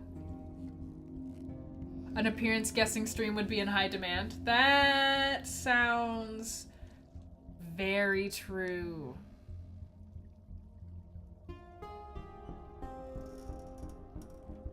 Maybe I'll do that after Solstice then. I wear a lot of green because it's pretty too, and I don't have enough purple. I won't be useful anymore. I'll become dispensable. You know what happened to my predecessor when he became dispensable? He vanished. So I've heard. Istvan can be dangerous, Doctor. You should always remember that. Oh! Thank you for hosting the stream, Jimmy. And also, Daisy died? Daisy died. Daisy is very dead, is what I'm seeing. Uh-huh. Okay. How did Daisy die? Is my question? I mean, I definitely know that Jimmy hates Daisy. Daisy is deceased. She got her head cut off. I feel like maybe you weren't playing the right Mario Party then. Wait, did you... Okay, I feel like I definitely missed something. You beat Daisy in Mario Party 5 and then she got decapitated. Okay. Thanks for following, Niffy Likes Pretzels. Welcome to the fold. Well, anyways, everybody, we're playing a murder mystery visual novel called Solstice, and we're trying to find out why... Hello, Agent GN. Thank you for following. We're trying to find out why a guy who is, like, completely crazy, like, just completely insane, went missing. And we're interrogating this poor old woman now. You're stubborn, Slava, you know that? I'm the innkeeper in the city of secrets and lies. Speaking too much goes against my trade. Thank you, Jimmy. Also, nice to see you, Jimmy. I also believe that if you remember anything important, you'll tell me without my asking. I may not know you well, but I can usually tell when people are lying to me. You've told me all that you could. Zelda fan is now following. Thanks for following. This is not my art. This is Unicornism's art. I was the writer for Asagao Academy, but not the artist. But yes, she is a very good artist. Tina Maria Sa, thank you for following. Also, happy birthday, Asagao, even though it's not relevant. I love your work. Thank you. It's very nice of you. I may not know you well, but I can usually tell when people are lying to me. You've told me all that you could. Thank you for following, Killix. Thank you for your understanding, Doctor. Please, Slava, call me Galen. All right, thank you, Galen. Listen, there's one more thing I need to tell you before you go. I thought so. What is it, Slava? Here, take this. What is this? A book? Lev's diary, the most recent one. He put all his clues and hypotheses in it. He kept it hidden from me, but I've always known he had it. If you want to know why I'm so worried, it's because of this. He would never willingly leave it behind. It's his most precious possession. Frankly, it's his only possession. Thank you, everybody, who is following, by the way. I can't name you all but one by one, so. Because I think it might just start doing the, yeah, okay. Yet he left it? And this has never happened before? Now you think Grandma Slava's innocent? Lev's memory is perfect when it comes to Kala. He gathered immense knowledge on the topic, even if most of it is myth and rumor. But when it comes to everyday life, he's a child, helpless and forgetful. Ah, interesting. The diary is protected. It is a visual novel that you are watching. Yes, it's locked. I don't know where the key is. My guess is that Lev has it. No, I don't mean the physical lock, although having the key would certainly help. I just hope it'll help you find my husband before something terrible happens. I have the worst suspicions. Thanks for following, Norse Nerd. Something bad is happening in this city. Oh, Jesus. Spirits, Constance, what happened? Yeah, what happened? She is, like, bleeding from the nose? Doctor, I need your help.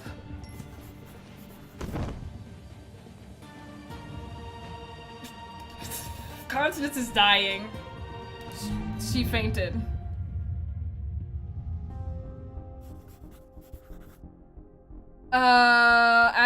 At first I had no idea where I was. The doctor told me I spent the last 2 weeks in bed, feverish and weak. He said I almost died.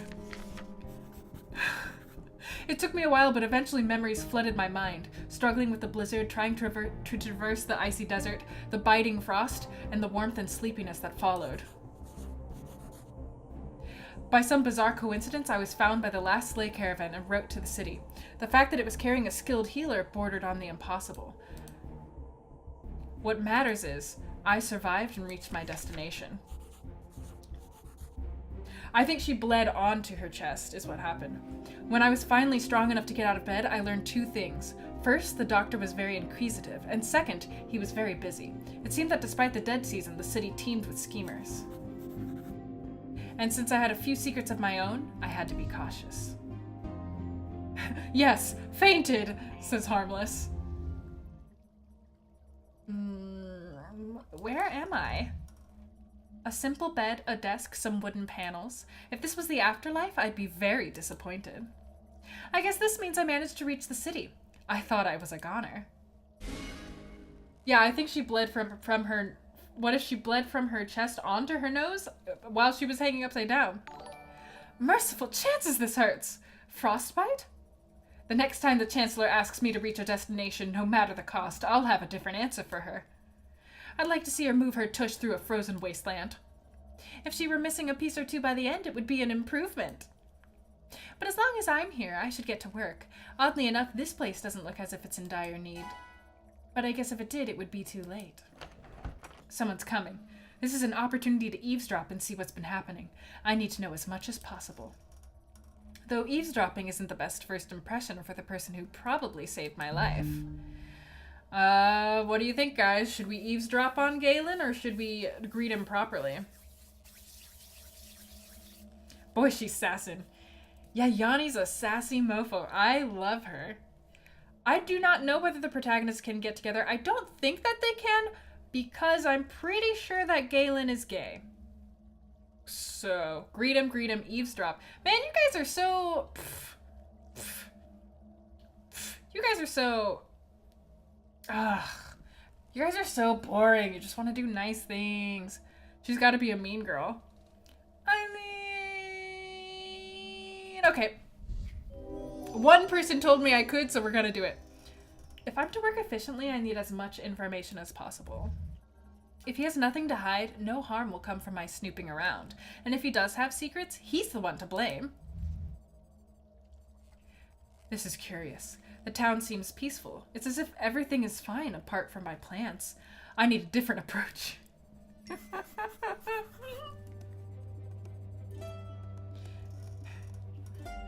You need a different approach too, my silent friend. I can tell you've defrosted and are almost back to full health. I was the one to heal you, you know. Still no reaction? I can hear you breathing faster than any sleeping person would. How about you stop pretending and say hello? You're vigilant for a doctor. You're lively for someone in a coma.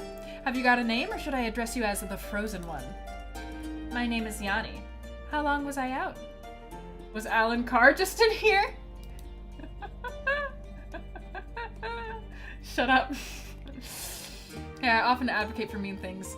I just think this is a chill game. I mean, it's a game about murder. Almost 2 weeks now. Now that's no reason to look so sad. You're extremely lucky to be alive. Yes, thank you for that. It's not me you should be thanking, actually. Our caravan pilot spotted you in the snow almost a day's journey from the gates. Wearing masking colors was not one of your best ideas. Although traversing a foreign desert on foot easily takes the cake. I was traveling with what was supposed to be the last caravan. About halfway there, the pilot concluded true winter came earlier than expected and decided to turn back. And you stayed behind during a raging blizzard. So what brings you here anyway? A well-paying job repairing the city, if such a need arises. What you do for the people here, I'm supposed to do for the city. You traveled all this way to become a janitor? How curious. When you hide skeletons in your home's foundation, you knock on others' walls, they say. I think they're right. What are you implying? And who in the spirits' realm would ever say that? It's an old saying for my land, but I'm not implying anything, merely stating that I have nothing to hide. Just like you, right? I guess both your job and mine are important enough to include us in the city's winter skeleton crew. There's not much to do here. We'll have many long evenings to talk about every— Hey, don't touch that! Oh. Okay, Persona. Thanks for coming.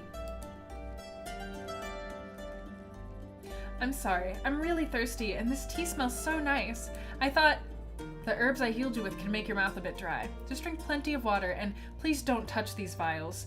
They're dangerous. Good night, Agent. Thank you for coming to the stream. In untrained hands, these herbs and their juices can do more harm than good. I'm beginning to suspect tempting fate is your hobby. Yeah, feel better, Persona. I'm sorry that you've got such a terrible headache. And what did you think about a doctor who can't keep his quarters clear of deadly traps? You haven't told me much about yourself, so I have to go off of what I can observe. Right now, the only thing I'm certain of is the state of your frostbite. It's fine, by the way. I have to say, I'm impressed. You seem to have recuperated completely. I'm happy to say my work here is done. I'm glad to hear that, Doctor. I'm very eager to get back to normal life. You should check your head, though. An attempt to get to city on foot is close to suicidal, even in the summer. Whatever made you try something so dangerous must have been very important. I'd be lying if I said I'm not curious. Nice to know someone's... So now we've gone into the scene that we met them in from earlier. Yeah, and here's where Slava comes and interrupts them. Okay. So we really are taking Yani's perspective now. The doctor seemed nice enough, if a bit restless. He stormed out after one of his patients asked him to look for her drunk husband or something, leaving me to myself. At first I wanted to wait for him to come back, but as hours passed I realized this wasn't the most productive way to spend my time. I was feeling surprisingly well, so I decided to stretch my legs and visit the fabled merchant district, especially since there was someone I needed to meet if I was to continue with my mission. I like Yani's theme music. I've always wanted to see the work of the old masters. The way this city functions is supposed to be a miracle. State-of-the-art systems built with knowledge now almost forgotten. I expected it to look differently, to be honest. More regal. She's a no-nonsense sass machine. Good night, Marmaduke. Sleep well. Oh, good morning. If you say so. Can I help you? Are you lost? This woman looks exactly like one of the characters in Unbreakable Kimmy Schmidt. Am I wrong? Hey, what do you for in a artist in a projector? Harmless, I'm not entirely sure what you're trying to ask me. I'm looking for the person in charge, the current head of the families. I've heard this year he stayed for the whole true winter. You heard wrong. Istvan is the one who stayed, but he resigned from his post already. Officially, he's just a retired old man with a bad attitude. You sure? They wouldn't leave the city without a designated overseer. Well, he's the only member of the families present, and it's not like he can't take his seat back. I guess that makes him the overseer. Yani, more like cutie. The other mole girl, yes, thank you, Sunshine. Like, the best friend who, like, had the retainer and Kimmy was, like, really nice to all the time. Gretchen, thank you. I'm glad you knew exactly who I was talking about. Walls have ears here, and they all report to Istvan. Sounds like the person I need to see. My, you have a lot of guards here. Why would anyone need so many when there's so few citizens left? Family members prefer situations where they have huge advantages over others. A large number of guards and only a few of us. That's how Istvan likes it. I do not see your compliments. Stop it. Stop it. You don't have to worry about them too much, though. They've been trained to stand and do nothing for hours. You guys are very nice. Thank you. Unless, of course, you intend to do something stupid, like going into Istvan's quarters without permission. And where would I get such permission? From you, I presume? Oh no, I'm a nobody. I just answer the door. You'd need a family member to invite you up there. So I need to speak to Istvan before I get to see Istvan. Is that what you're saying? Guys, stop it! I guess so. She looks like an old Anna Kendrick. Oh, dang, I can see it. I can totally see it. I'm gonna be... Oh, wait, actually, if we have Galen as the nice one, do we want Yani to be, like, a dick? Are you guys down for Yani just being, like, a total dick? I'm asking for your permission. Laura is lying because everybody is a somebody or works for somebody.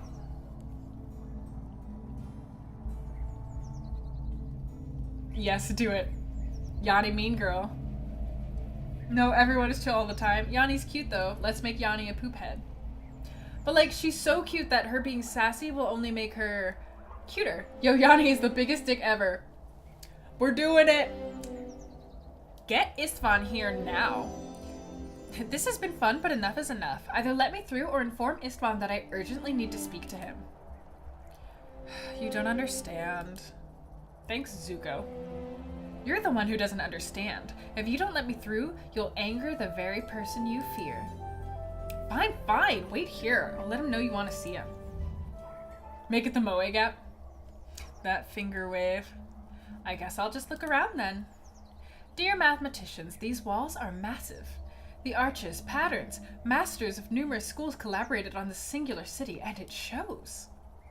The best architects and technicians against the harsh nature of the North. And these elaborate keystones. Wait, they don't make sense. They don't match. This can't be right. Why break the flow and harmony? Where's this annoying visitor? I think Yani might be like architecture sexual. One would think the dead season would be, you know, dead. Ah, you're the sick one, aren't you? Not anymore. Our good doctor got me back on my feet. I came to see you right away. You can't imagine how flattered I am. I just adore people who think my time is theirs to waste. But I didn't think... Oh, crap. She shares a finger wave with him. That's awful. They're similar people. I don't like that. That's the problem with you young people. You don't think.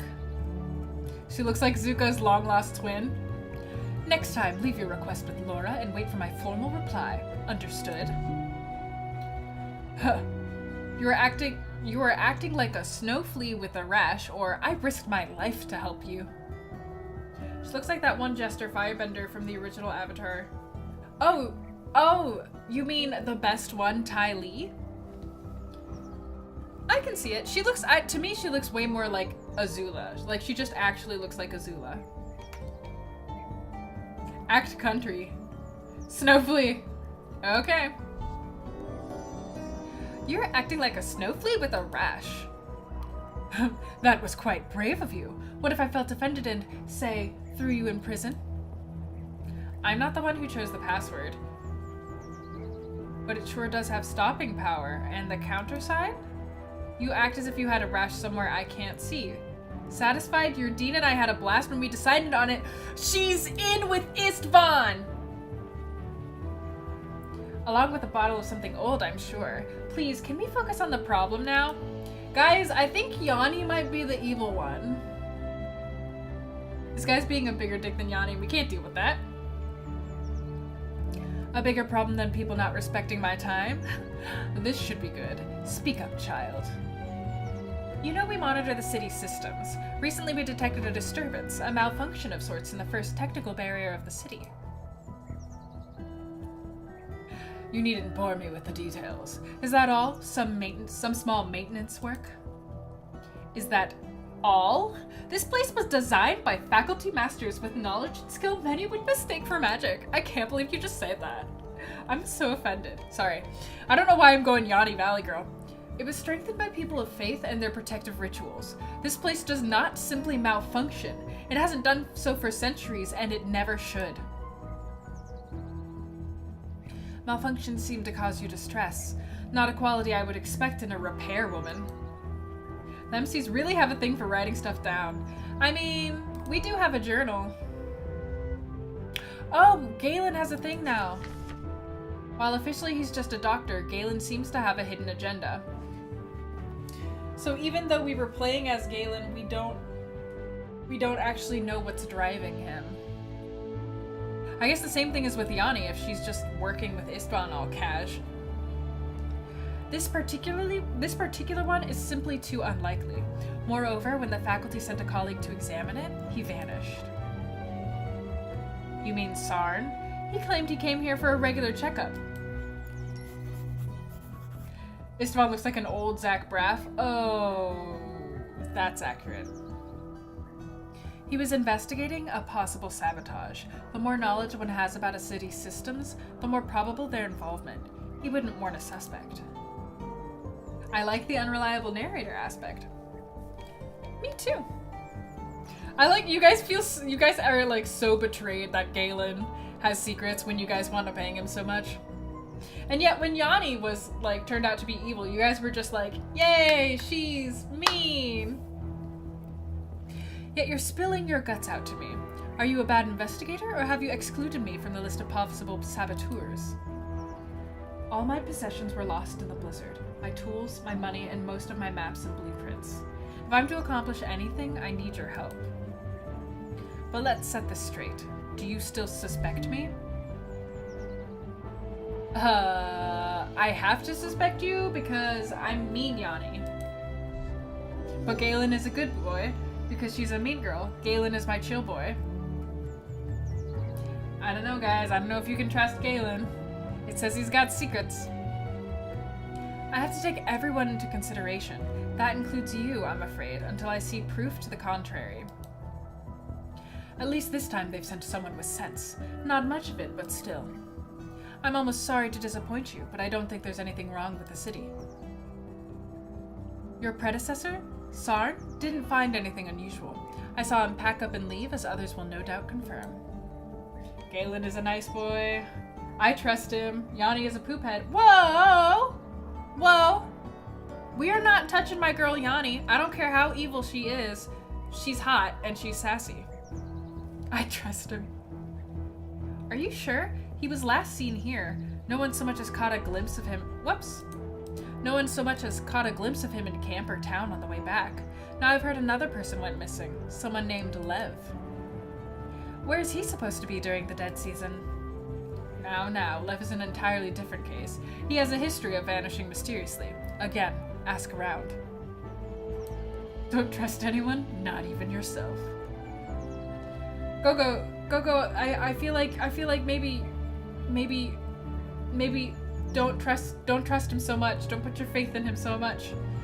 The last time that happened was with Damien, and he tried to suck out our soul. 2 people missing and a perfect mechanism malfunctioning. A coincidence like this is possible, but not probable. At the very least, it would be unwise not to look into it. I'm sure you agree. Very well, kid. Go look for Lev if you think there might be some connection. You will get shelter and whatever tools we have available. Ask Laura to prepare a proper writ confirming you are acting on my behalf. Thank you. I have another request, though. Control chambers were well hidden, available only to the chosen few. That sounds fun. Go. Do we need to talk about your taste in romantic partners? I'll need a complete set of plans to access them if I'm to assess what's wrong. Laura will fetch them from the library vault. You can get them tomorrow. And please, do come straight up to my quarters when you arrive. Waiting at the gates will not help you gain respect. You'll need some if you want people to tell you anything. Yes. Now go away. Don't make me regret helping you. Are we talking magic diary, Damien? Because that hurt me. I'm not sure. Were you here for the magical diary playthrough? Because that didn't just hurt you. That hurt everyone. It's intervention time. I would also like your permission to freely walk about the city, including within the family's quarter. Your guards seem to dislike me. You can come into my office and you can admire the courtyard all you like. The rest is off limits to all but the families. Seduce Miyatome should be done as well. Okay, I'll write that one down.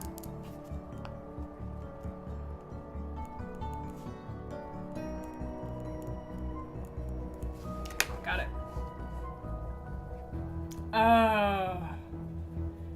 Oof. I'm sorry, Go-Go.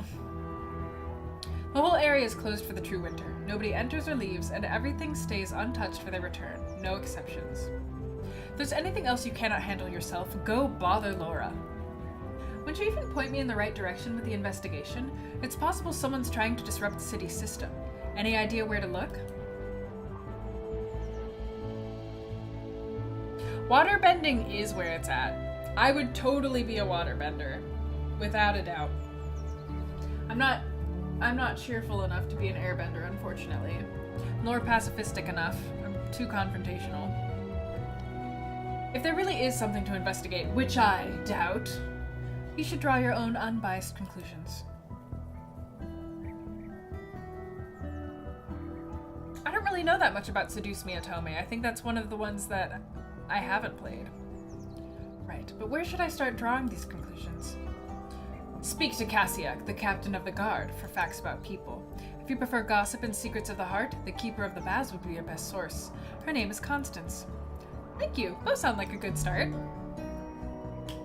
Guys, are we gonna go see Belt Boyfriend, or are we gonna see sexy, I was gonna say sexy sister, but okay, sexy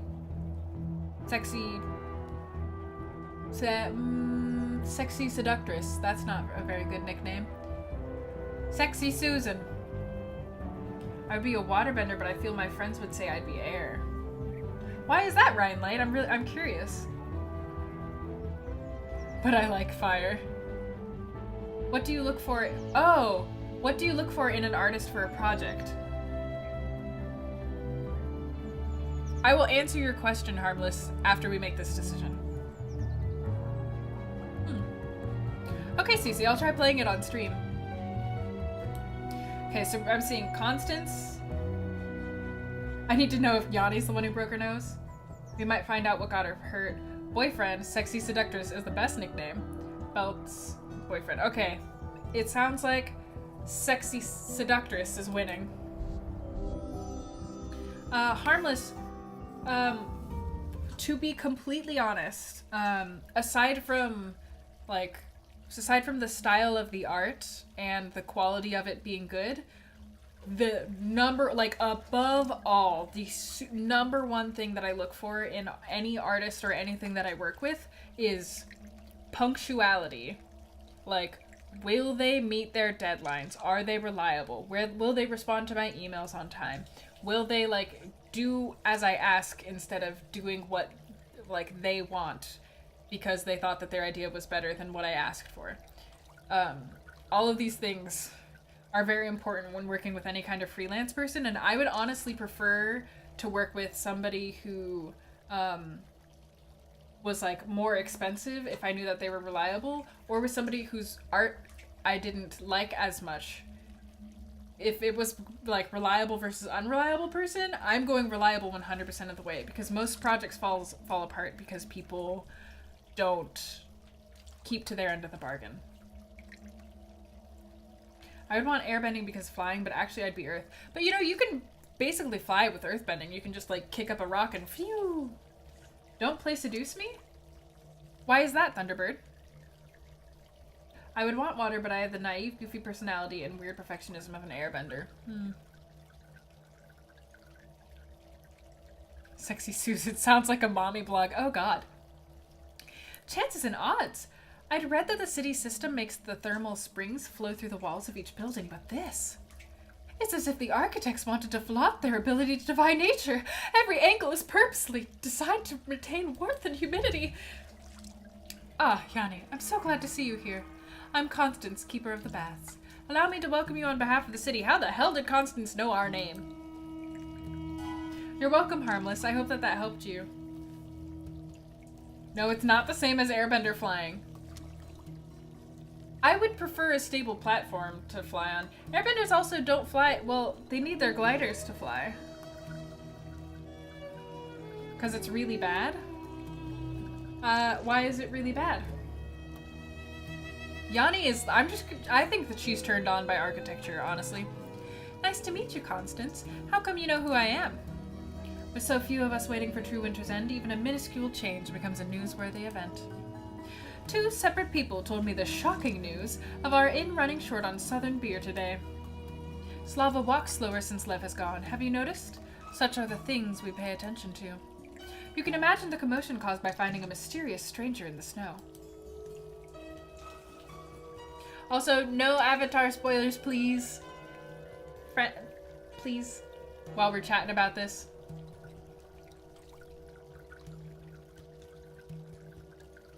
Whether the airbenders are dead has nothing to do with whether you can be one. You can just kind of, manifest, your, I don't know,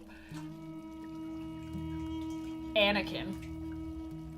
I seem to be at a disadvantage here. Everyone knows about me, but I'm not sure I can name more than 3 people.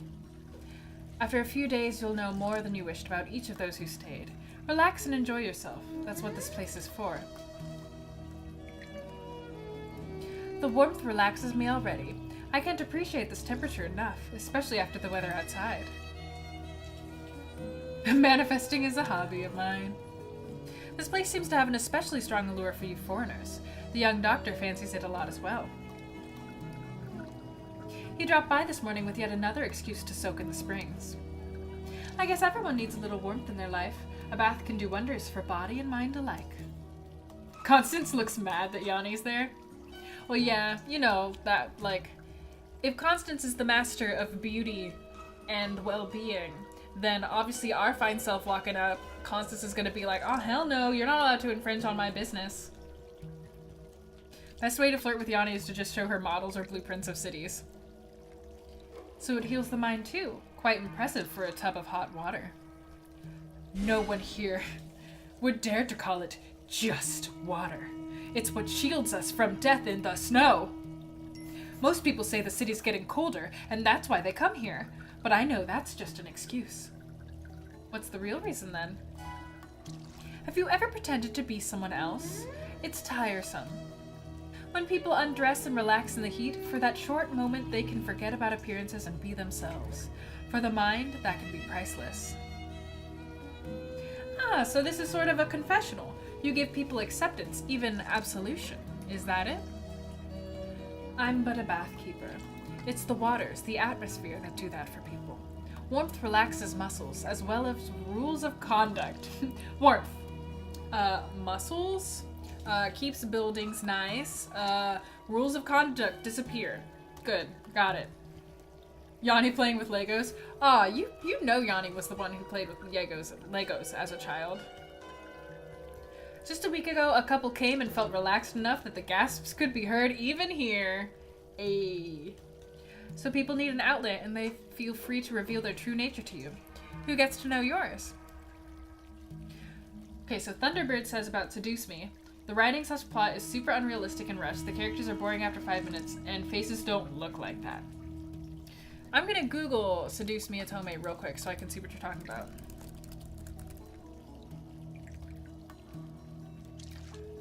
Uh-huh. I don't know anything about this game.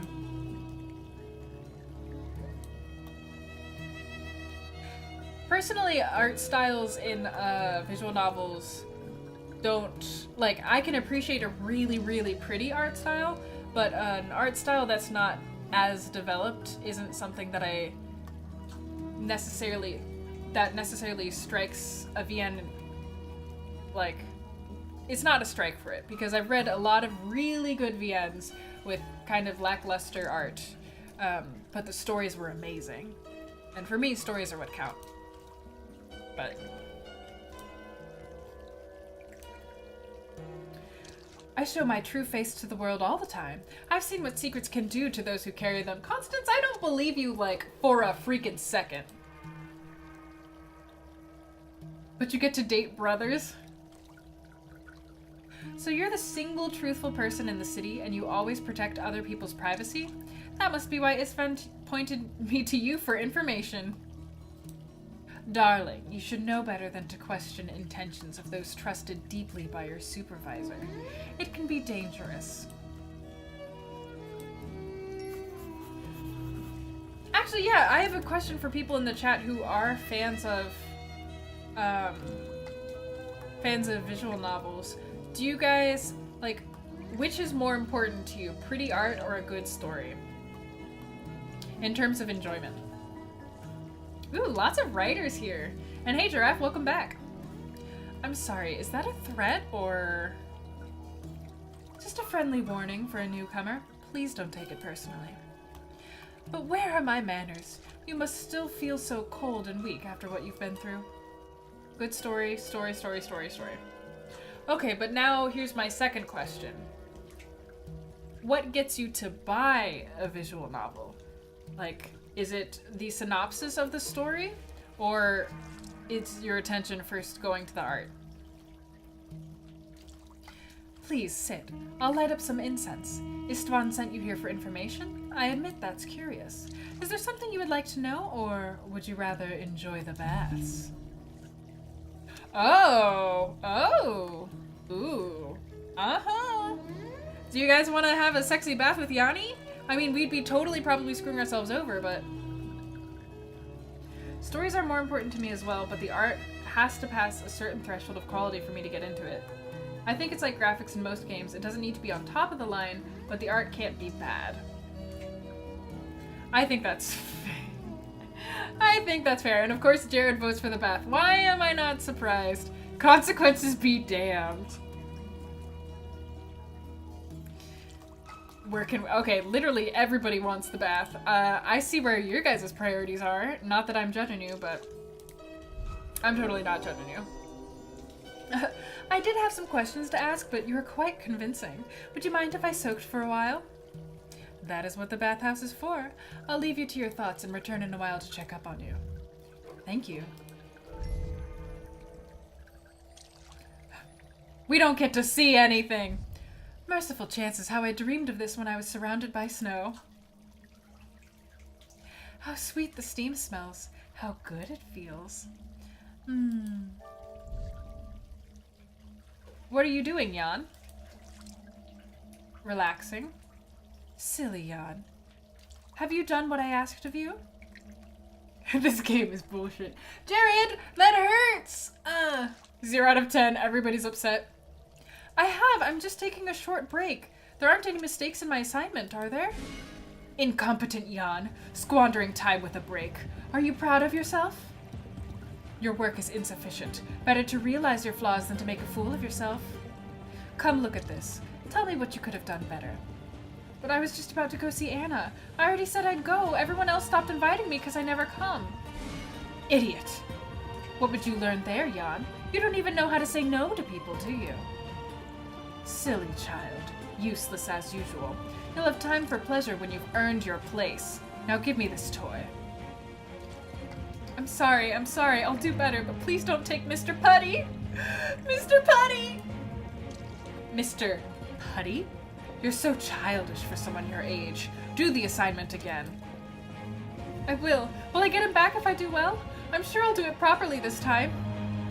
You're not getting your toy back for doing something anyone else could, silly child. Mathematics is a reward all on its own. Yanni, I think you were dreaming.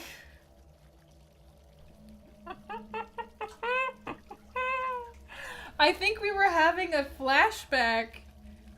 I think it was like, hey, the game was like, hey, do you want some sexy times? None for you. Have some drastically unsexy times. Hey, Squid. Welcome back. Oh no, not Mr. Putty. Oh, go. Mathematics is not a reward. What? I saw something. A memory? A vision? Haven't I healed completely?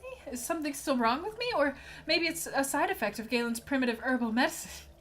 Of Galen's primitive, unscientific, and worthless medicine. You're fine. This place does give people visions sometimes. Not often, but it becomes more frequent over time. I don't know. I think it sounded like she was either an orphan or she like grew up in some kind of system. Like, I don't know, she had classes, and it seems like her teacher was also her caretaker. Some come here for that very reason, hoping to see the ones they've lost. Others believe these waters bring wisdom. The game is mean. Do you experience visions as well? I do. But there's something I don't want to think about. Please, can we talk about something other than dark secrets? Constance said she didn't have any secrets. You overcame death not so long ago. Your mind could use a moment of ease. I'm doing this for you. Squidman donated $5. What's up? I just got here. Thank you, Squid. I appreciate that. And welcome. So, what's happening is we're playing this murder mystery visual novel in which there's two protagonists, one who's a sexy, possibly gay doctor man, and the other one who is this Asian woman named Yani. And someone has gone missing in this town. We're in like this snowy town in the north, and basically no one can leave until the winter passes, because if they leave, they're almost definitely gonna die. And the only reason that this town is safe is because there's a mechanism keeping the town safe. Yanni's here to fix the mechanism should anything go wrong. And apparently Galen, our doctor friend, has some kind of other motive, so we're trying to figure stuff out. Everyone is a secrets. I don't want wisdom game. I want sexy times. Guys, you know I can't put sexy times on Twitch. Come on. Both are sexy, really. Jared coming in with that truth.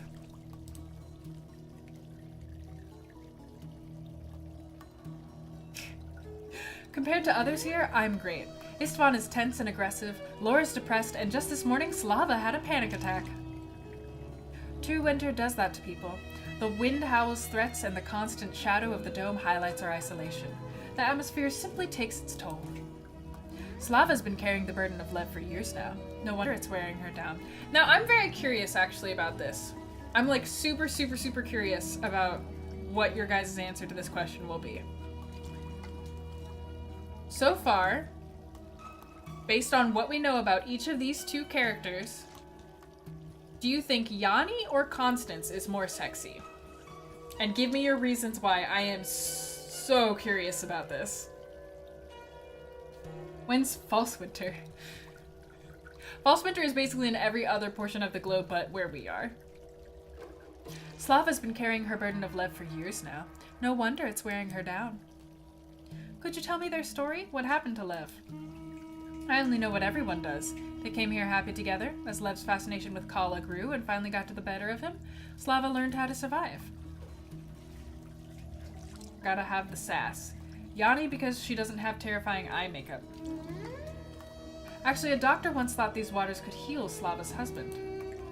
Lev had many sessions with oils, massages, and even inhaling the steam to no avail. Quackery seems to be popular around these parts. I assume these waters can't really heal? I saw no change in Lev, sadly, but if you want to make sure, ask Sem. Lev visited him frequently, so... Oh! It happened! She did it! It happened! She's dying! What the hell? Literally nothing happened. What happened? Your nose is bleeding pretty badly. I'm fine. I'm fine. I just need to lie down for a moment. I'm certain it's nothing. I just got a bit dizzy. Please feel free to stay for as long as you like. I hope she's alright. I'll have to check up on her in a little while.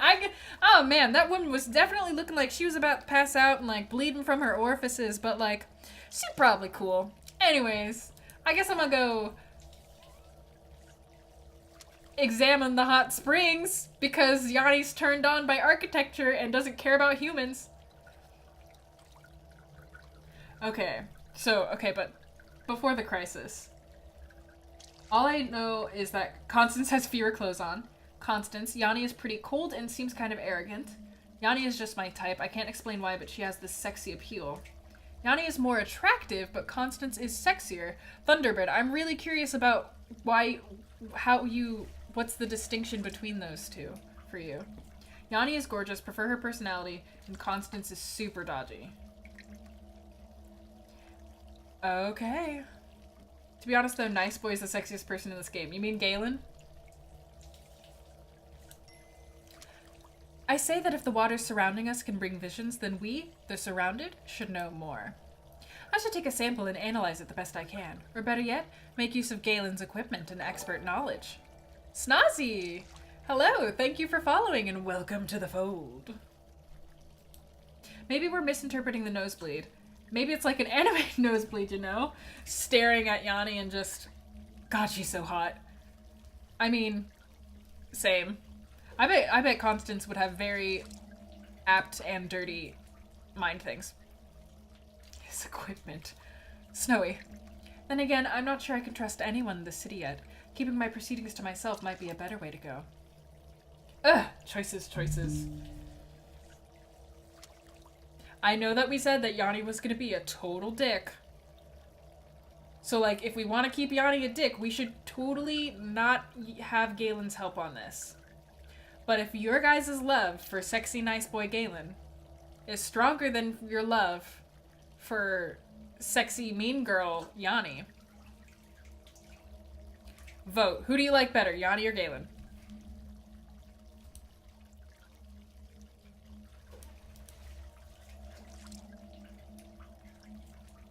Galen. Now you're torn, but Galen. Boy. Man, you guys really love Galen. I'm with you, Ryan. I also love Yani. Giraffe, you might not have seen... Galen's the black guy. Okay, Constance has lots of sex appeal. She's half naked with a great body and in charge of the bath and stuff, but that's it. Yani has a pretty face and, like, I like her outfit and her hair. A dick would use people around them for all they're worth. Oh! Dang! Oh, that is 64-bit. Okay, you're right. We're going with Galen. That convinced me. That convinced me. That is a really good point. Well done. Those overconfident are bound to fail in the end. I need to know my strengths and weaknesses. Asking for Galen's help seems like a reasonable idea. I'll find a vial and return here with a good doctor. For now, I should probably go see that Sem person Constance mentioned. We going to see Doggy Boy. I hope they won't bite. That depends. Who are you? Right. Hello, I'm Yani. I'm the city's new technician. Good day, Yani. I'm afraid there's nothing for you to fix in the kennels. Yet here I am. You are Sem, right? Woof. Literally. Woof. That's what they call me. Why are you here if it's not about maintenance? People don't visit me very often. Can't say I have many regrets about it. There he is. Sem is me.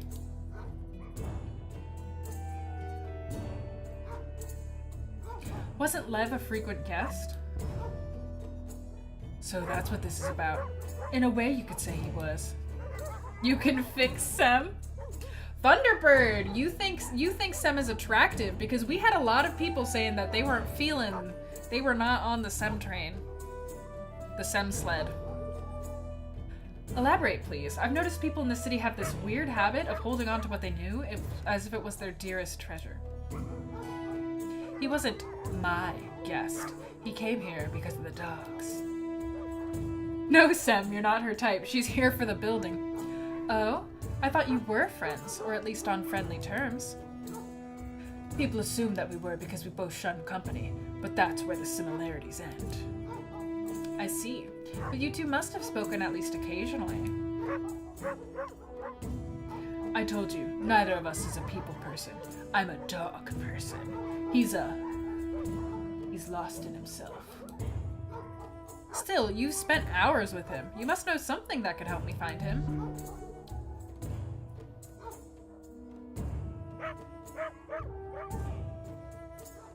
Okay, Lev babbles like a crazy fool, so Lev must have said something is a terrible idea.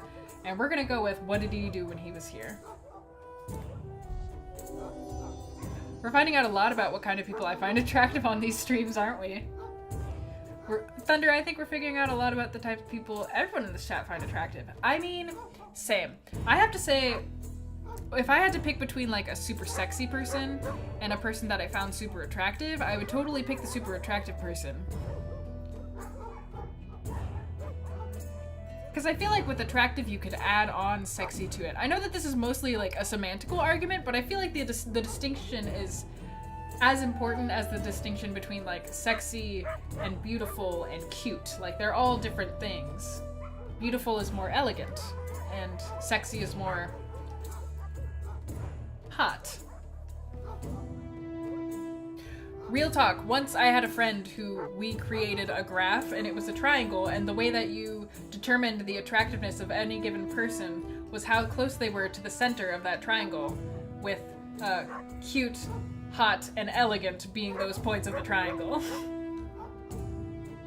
Define super attractive?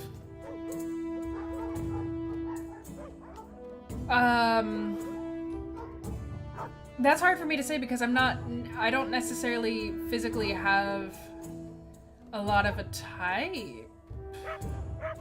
I don't know.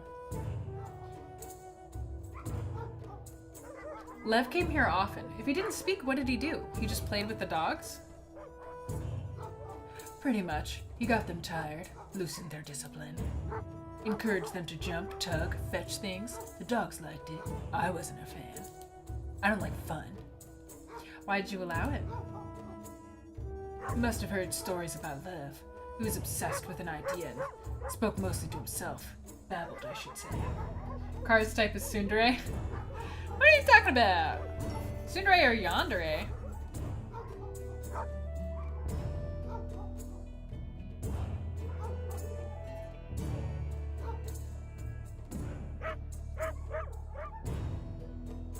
Sorry. With the dogs, he calmed down. Seemed almost normal. It was as happy as Lev could get nowadays. I didn't like it, but denying him those bits of sanity would have been cruel. And I'm a nice guy, even though I hate humans and everything about them. I wish that everybody was dogs, and I was just surrounded by dogs, and my bed was made of dogs. But like, alive ones who loved me. Ugh. I see. Do you remember anything else that could help me find him? Dude covered in tattoos, 3 baby mamas, and 2 warrants. Sticking with Captain of the Guard. You're asexual and looks don't mean as much to you as personality. You can usually find beauty in most people unless they're assholes. I mean, there are certain types of looks that I like better. For example, I don't tend to go for like man buns. I don't know what it is about man buns. I really don't like them. I think actually most of it is probably because I have this association between man buns and dudes with greasy hair because they don't realize that when they grow their hair out, they definitely need to wash it. But I also have a friend who has a man bun and is like literally one of the most attractive human specimens I have ever had the good fortune to meet and befriend. So why don't you just wait for him to come back? Dogs is the new drinking game. You're dead in 5 minutes. Fen, I'm gonna be right back. I'm gonna get me some alcohol.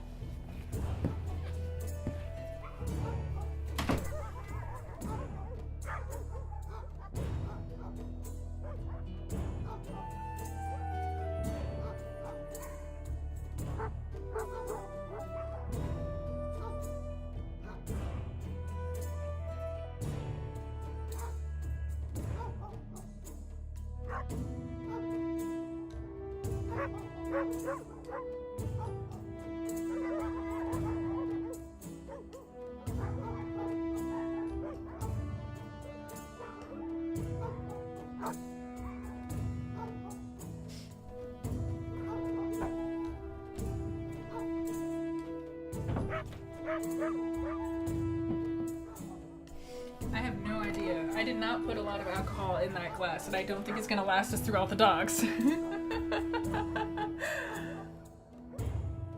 Personality factors a lot into attractiveness as well. Your campus is experiencing a man bun crisis. Man, literally everywhere is experiencing a man bun crisis right now. It's horrifying. A clean man bun kills the man. Not the man, but you know. Is that Ian? Ian's man bun I'm fine with. Ian does not do... Ian keeps himself looking fly. Ian's hot is what I'm saying, basically. Lots of my friends are just really hot. I just like... it's so unfortunate for me, personally, to have to deal with this. God, why are you hot? Get away from me. I heard it's been almost 2 weeks since he went missing. His wife is worried. Please. To be honest, the term man bun is only acceptable as a euphemism for butts. I saw him 10 days ago or so, as I was walking my dogs. Take a drink. He was even less coherent than usual. Can confirm we have hot friends. Thanks for backing me up, Jared. It's exhausting, isn't it? I'm like so... I've had so many weird conversations with Todd about how hot our friends are. That's neither here nor there. This is not the time. No wonder, though. He looked as if he'd been run over by a sleigh.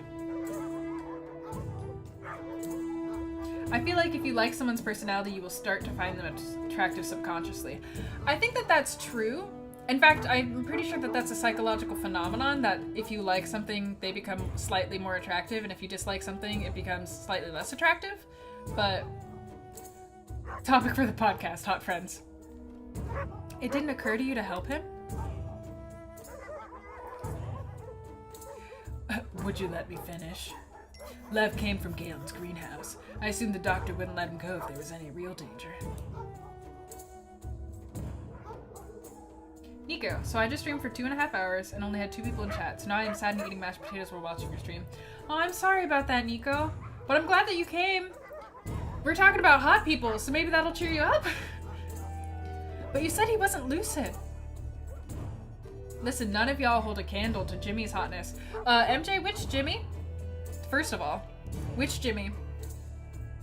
As usual in his case, he looked badly beaten, but my main worry was the dogs.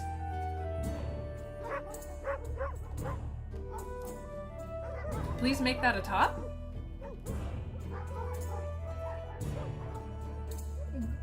Make what a top? Or a topic?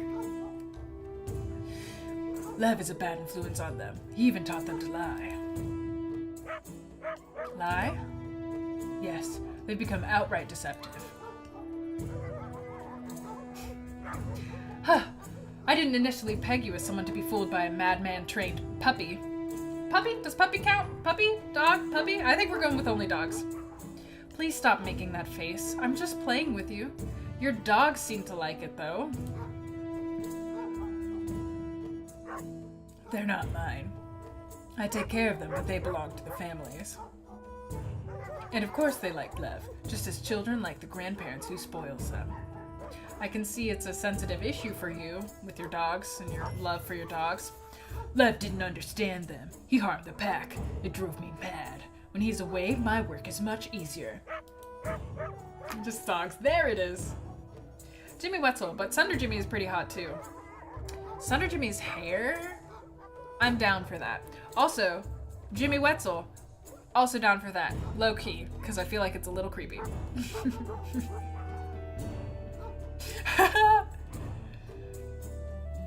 Jared says Asagao Jared does not equal actual Jared. Jared, you're attractive. I'm just gonna come out and say that. Awkwardly, low key, just letting you know that. You're attractive.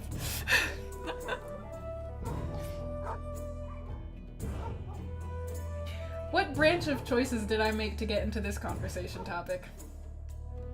Right. It was the drinking. Okay. So forgive me if I'm not helpful. I don't pay much attention to what happens outside of my kennels, and I'd rather not get involved. Take your investigation elsewhere. Wait! Flattery should do it, or he will listen to reason. Uh-huh! Yeah, like this guy's really gonna be coaxed by flattery? Are you kidding me? Jared Sparkles IRL, I've seen that shit. I think that there's a lot to say for the way that a person carries themselves. I've seen people who should be attractive, and they carry themselves in a way where I'm like, why are you doing this? I'm gay for Jared, okay? Flatter him? Really? You think flattering him would work? I do not think he'll listen to reason? I don't know, I almost feel like because he hates people so much, wouldn't he see right through the flattery? The sparkles intensify around Shane's muscles. Damn it, why is everybody so hot? Yeah, flattery won't work with Sam.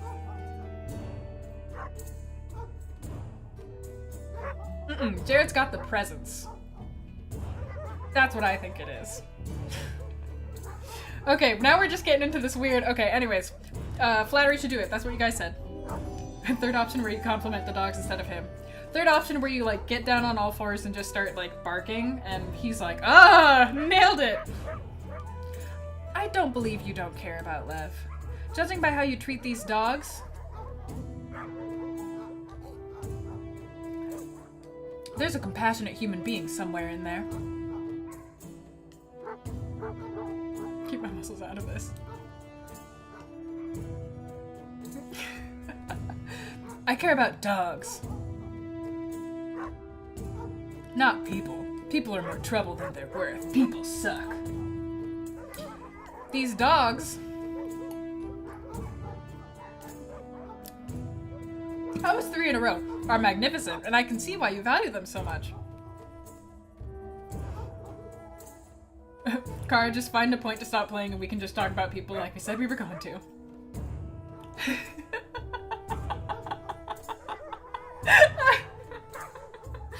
Jared said, you see, Cara has the secret hot qualities of my friend's whiteboard in her room. I seen it.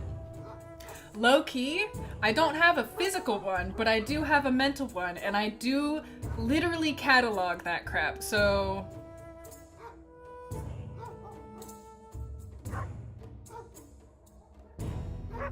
Not normal.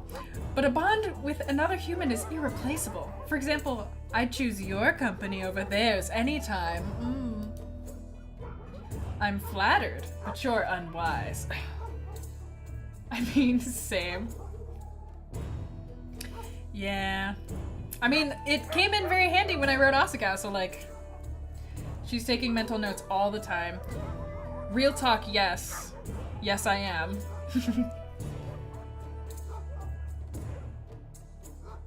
Oh, can I give an example of a person looking attractive but not carrying themselves that way? Okay, so a couple of things. One, if a person is a jerk, they're immediately super unattractive to me. Two, if a person moves their body like they're full of themselves, like they're really, like, the people... I have this thing about, like, crazy hot guys, where most of them I just hate because I can tell by the way that they move that they know that they're crazy hot, and they're kind of a dick about it. Like, they're like, I know that I can get away with things just because I'm hot, and the way that I carry my body shows that I feel vaguely superior to people. And I'm like, that's not okay. I don't like that. Also people who are like, unconfidence can be unattractive, but I don't find that as unattractive as overconfidence. But that also probably comes from having bad experiences with strange men in bars, like hitting on me. And I'm just like, whoa. I don't know why you chose to hit on me racistly, but you need to stop. These dogs are just sexual objects. I don't care about them. Yours is a photo album of butts.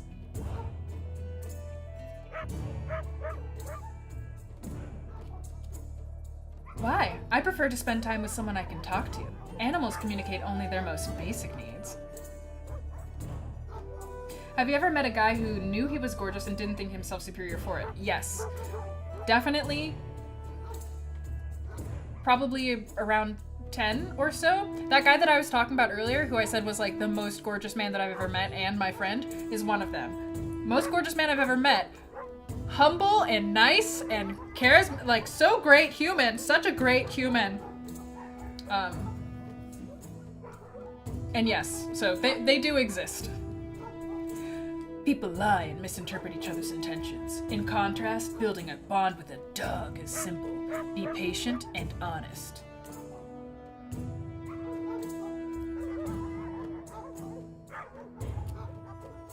That's me. With humans, there are numerous ways to fail before you get to even a basic agreement. Not worth the trouble. So you're not very good at making friends, is that it? Such great human specimen. Is that what I said? Because that's really weird to say. I'm speaking to you, aren't I? Correct me if I'm wrong, but I think I'm doing fine. Not too bad, but it's only been a few minutes. I dare you to handle an entire evening. A tempting prospect, but I don't think I dare just yet. Guys, have you noticed that during this very amazing conversation about people that we find attractive, Yani and Sam have just been kind of like going for it? Not the bravest in the pack, are you? Fine, I'll let you off the hook. If you tell me something that'll help me. Very well. This may sound strange, but the night Lev disappeared, the dogs were wary. I'm officially out of alcohol. Well, out of this drink. What do you mean? They were restless, howling the whole night. It's nothing unusual as we get closer to the winter solstice. But that night, the pack was beside itself. I don't know why, but maybe that'll help. I don't mean to be rude, but it's feeding time. Routine is important to the dogs. I see they have gotten used to it. I'll let myself out. Just one more thing before I go. Why did you give up on people, or could dogs be used to track Lev? By the way, that's 2 more drinks. Hello, Connor. Your dude is no longer here. We are now your chick, your lady. By the way, I'm gonna go get alcohol.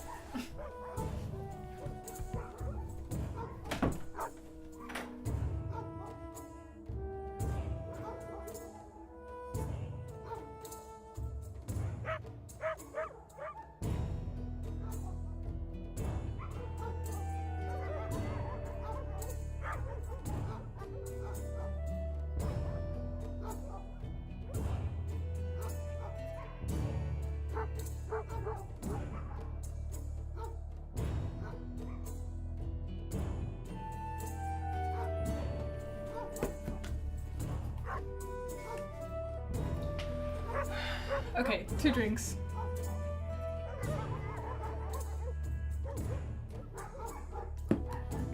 Okay, I'm gonna go with, why did you give up on people? Because we're trying to bang this dude, I think. We're trying to bang him, right? Did you guys change your opinion on him? Oh, but is Lev okay? No, we still haven't found him. He might be dead. Just one more thing. Why did you give up on people? Who says I did? You chose these dogs as company over man's. I can understand keeping away from people. Most are not worth the effort. But some of us honestly wish well. He has dogs, go for it. Wait, bang? No. He has dogs. No. Eat some healthy food, Go-Go. Take care of yourself. Hope he's okay and still whacker. I mean, we can be DTF. Also bang dog guy. Bad no, bad no. Okay, I'm going with yes. Hey, Sarm, welcome. If you ever need help, all you need to do is ask. That's kind of you. You assume someone has harmed me, though. It's sweet that you see me more as a victim than a perpetrator. The truth is, I killed a dog once. Sweet? I merely wanted to let you know you have nothing to worry about from me. Has it ever occurred to you that I might be the one to worry about? Ugh. I hate it when guys do this. When they're like, ugh, I'm a jerk and I'm a bad guy, and since I've told you about it, it means that I'm totally allowed to treat you badly now because you consented to this arrangement.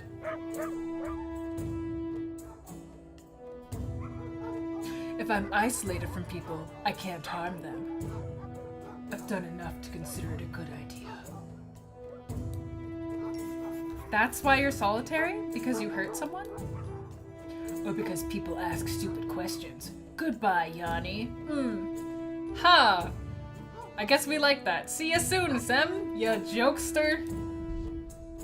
What a bad trope. He's secretly a dog. Slow down there, edgelord. Thunderbird, you're into that? You're into guys who are like, okay, Squall. Nails it. So Thunderbird, you're into guys who are like, who like warn you, by the way, I'm terrible and I'm gonna ruin your life, and you're like, woo, let's go. When I heard Slava's frightened voice speaking with Galen, I didn't think she could run such a successful business. That's rude. It's so lively in here. Back home, places like this were cultural centers. Here, I'll probably be lucky if I get some beer and greasy food. Yanni's racist. Hello, Yani. Nice to see you're back to health. Whatever. Pardon me, but do we know each other? How many newcomers do you think we get during the dead season? I'm Saliva. I'm sorry I can't greet you properly, but we're pretty crowded tonight and my kitchen staff has left for the true winter. I need to make sure there's enough stew and beer for everyone. Oh, don't worry about it. The smell alone is enough to make me feel welcome. Goodbye, Reg. Thank you for being a good friend. And thanks for coming to the stream. Have a good night. Food tastes better when you enjoy it in the company of others. Pick a table to join. I'll bring you something to eat in a minute. Very well then. There's a free spot at Laura's table, though we may have gotten off on the wrong foot. I think Slava was sitting with Laura as well. I haven't had the chance to speak to her about her husband yet, so now may be a good time. There's a second free stool there, right next to... Isn't she the caravan driver? That one chick? I think she's drinking with the captain of the guard. I owe her my thanks, and it might be interesting to hear their thoughts. So do you guys want to go for that one girl who looks like the character from Kimmy Schmidt? Or do you want to go for Belt Guy? Who I'm pretty sure everybody's like super lukewarm on. You like Yanni?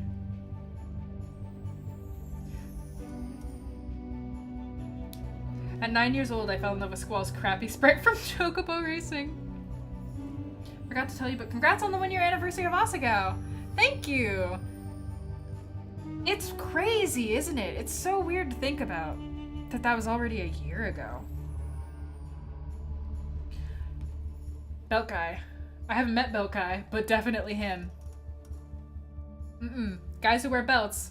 I'm guessing this stream just has an innate preference for guys who wear lots and lots of belts. The more belts, the better. You must be Akone, the caravan driver. Thank you. What for? You saved my life when you found me in the snow. I owe you much more than thanks, but let's start with that. Pretty divided on dogs and belts. Okay, hang on a second.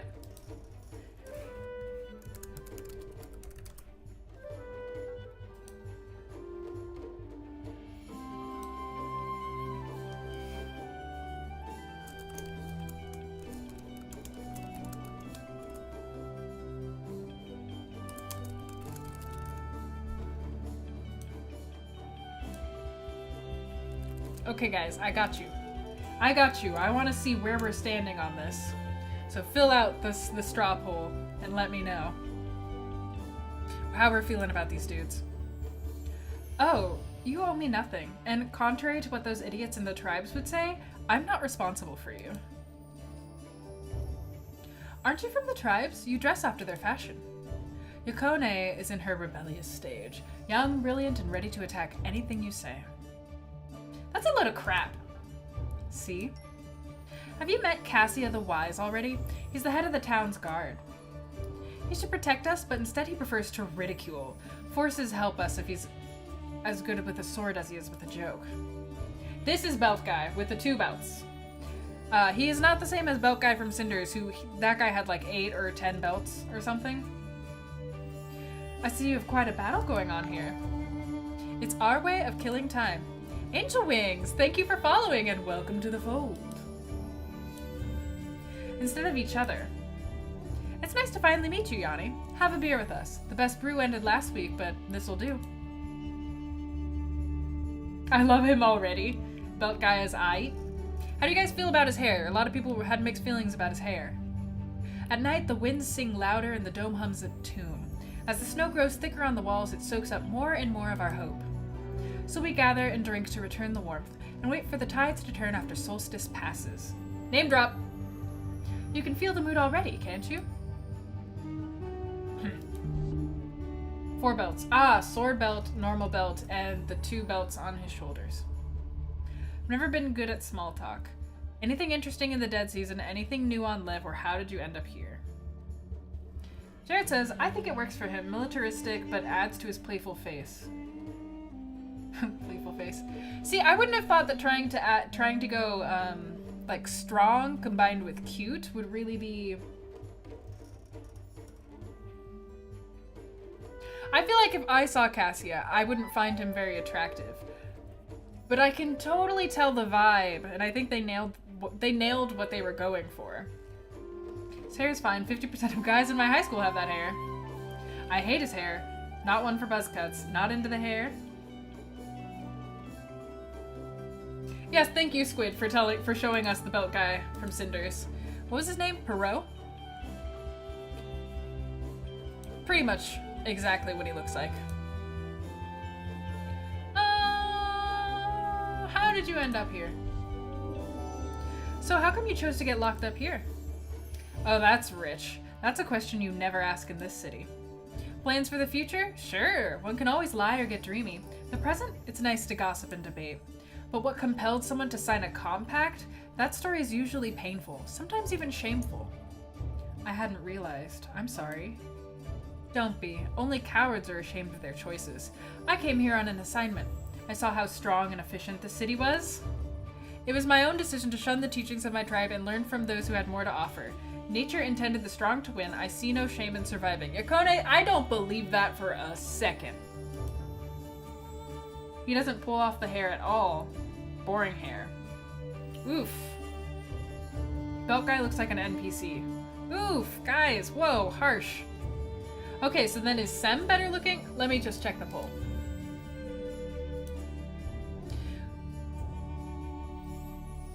Dog is winning by 1 point.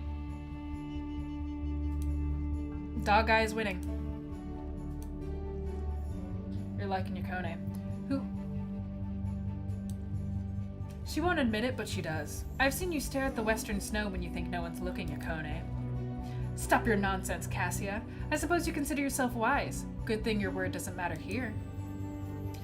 Luckily, it still matters more than yours. You'd only give voice to brutal force. I told you, the tyranny of the fittest is never a good idea. Oh? Who should have a say then? Those crazy bastards obsessing over Kala? Locals are no better. They want magic to guide them. It's just weakness wrapped in superstition. You can't know that for sure. Are you blind? Even the mystical Kala was created by the families. They had the means to force most citizens into obedience, but some still resisted. This was their solution. A myth to give hope, an idea to distract the wisest from feeding their ideas to the crowd. And motivated, addicted, gave purpose, a tool crafted out of empty tales. Religion is the sedative of the masses?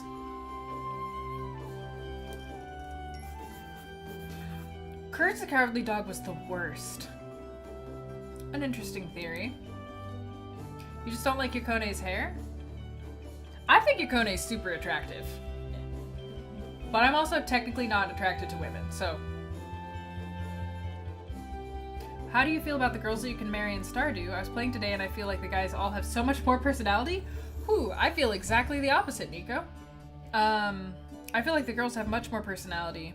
Well, some of them. I think Abigail is the one with the most personality. Probably Penny with the second. And the others are kind of stereotypes except for stargazing girl who I still, after all this time playing the game, don't really know anything about her that makes her special or unique in any way. Your tribes believe Kala is real, Yakone. A force of nature, they say. Some scholars even claim it's a crystal with unusual properties.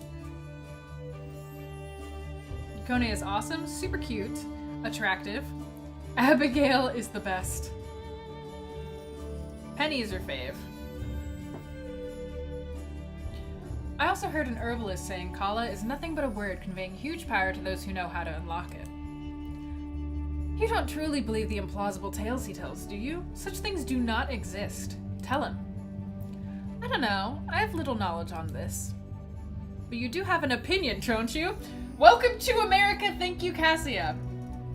I have little knowledge on this subject. Yeah, but you got an opinion, you should say it, because everyone's opinion's valuable, even if they know nothing about the topic. Doop doop doop doop doop. Sorry, a little bit of personal rant came in there. Do I believe the otherworldly stories?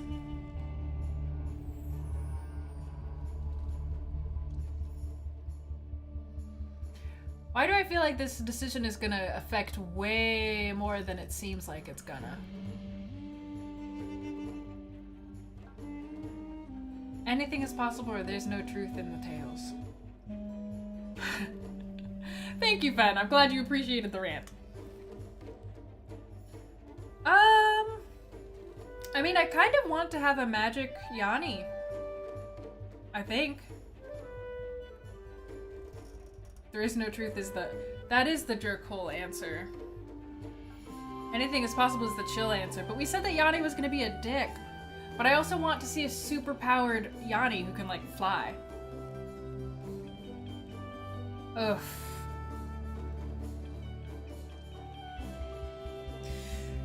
You guys are right. She would say the second option. She's super logical.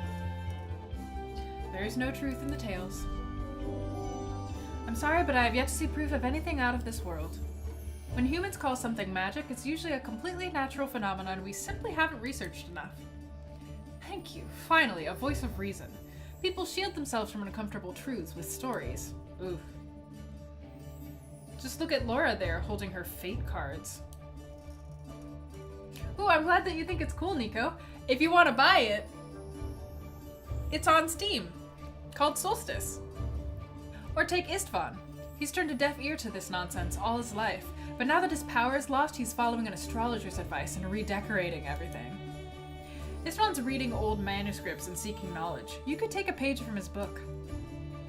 I could also take his marbles, as he doesn't use them, not since he lost his influence. I thought Istvan was effectively in charge here. What happened? He's retired. You see, positions of power within the families are high risk. Not many live to Istvan's age. Even fewer rule that long and resign of their own will. So there's no protocol for Istvan's position. I don't think he ever really thought about losing power. Now he's suffering. He's following in Lev's footsteps, if you ask me. Istvan still has his wealth. It was only after we thought Lev lost everything that he proved us wrong and lost his mind. So what was Lev's tale? What did he believe in? He was a respected professor who read one book on Kala too many. Yo, I know how to read tarot cards.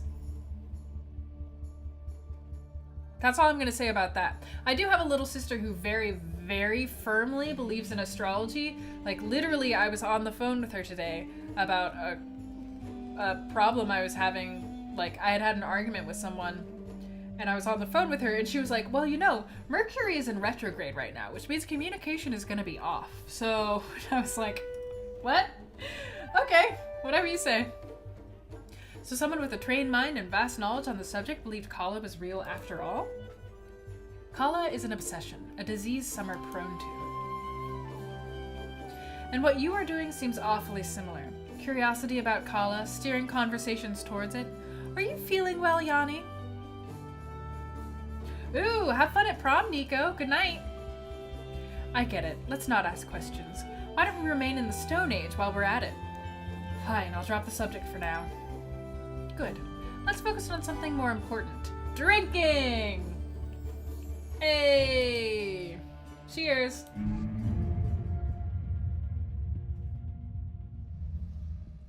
Man, my proms? Ha ha ha. Whew, my proms. That's all that needs to be said. That was an evening to remember. See you all in the morning! Ha ha! Yani, wait. Laura? Look, I know Istvan told you to investigate Lev's case. He didn't tell me why. He never does. But never mind that. I have something you might need. What is it? There are two things, actually. The first is a bit of information. Or rather, a warning. You should be wary of the doctor. What do you mean? Why? I don't know anything more. Where did you get this information? Who told you that? You wouldn't believe me anyway. Just be careful and do not trust him. Death surrounds him. It's in his destiny. What are proms? Proms are... Wait, are you asking that seriously? What does that mean? Is he going to die, or will it be someone close to him? I told you, I don't know. Please, I just wanted to warn you, and to give you this. A key? What does it open? I have no idea. I bet it's the key to Lev's journal. Then why are you giving it to me? I saw it fall out of Lev's things. He used to have 2 locked cabinets in his office back when he was still working, as well as a journal with a lock. Nowadays, he only locks his jam cupboard. Okay. I thought I should give it to you just in case. Do you want it or not? Oh, the /s equals sarcasm. Thanks for keeping me into the know on the internet things. Yes, thank you, Laura. If I can reciprocate in any way. Chances! What was that? I have no idea. Ancestors. There it goes again. An earthquake or an explosion? But that isn't possible. I think it's coming from the main square. We better move. I like death. I was getting worried. An entire day and I was no closer to finding Lev. It became more and more evident something must have gone wrong. Was there ever a good reason for a man to disappear from a place that had no way out?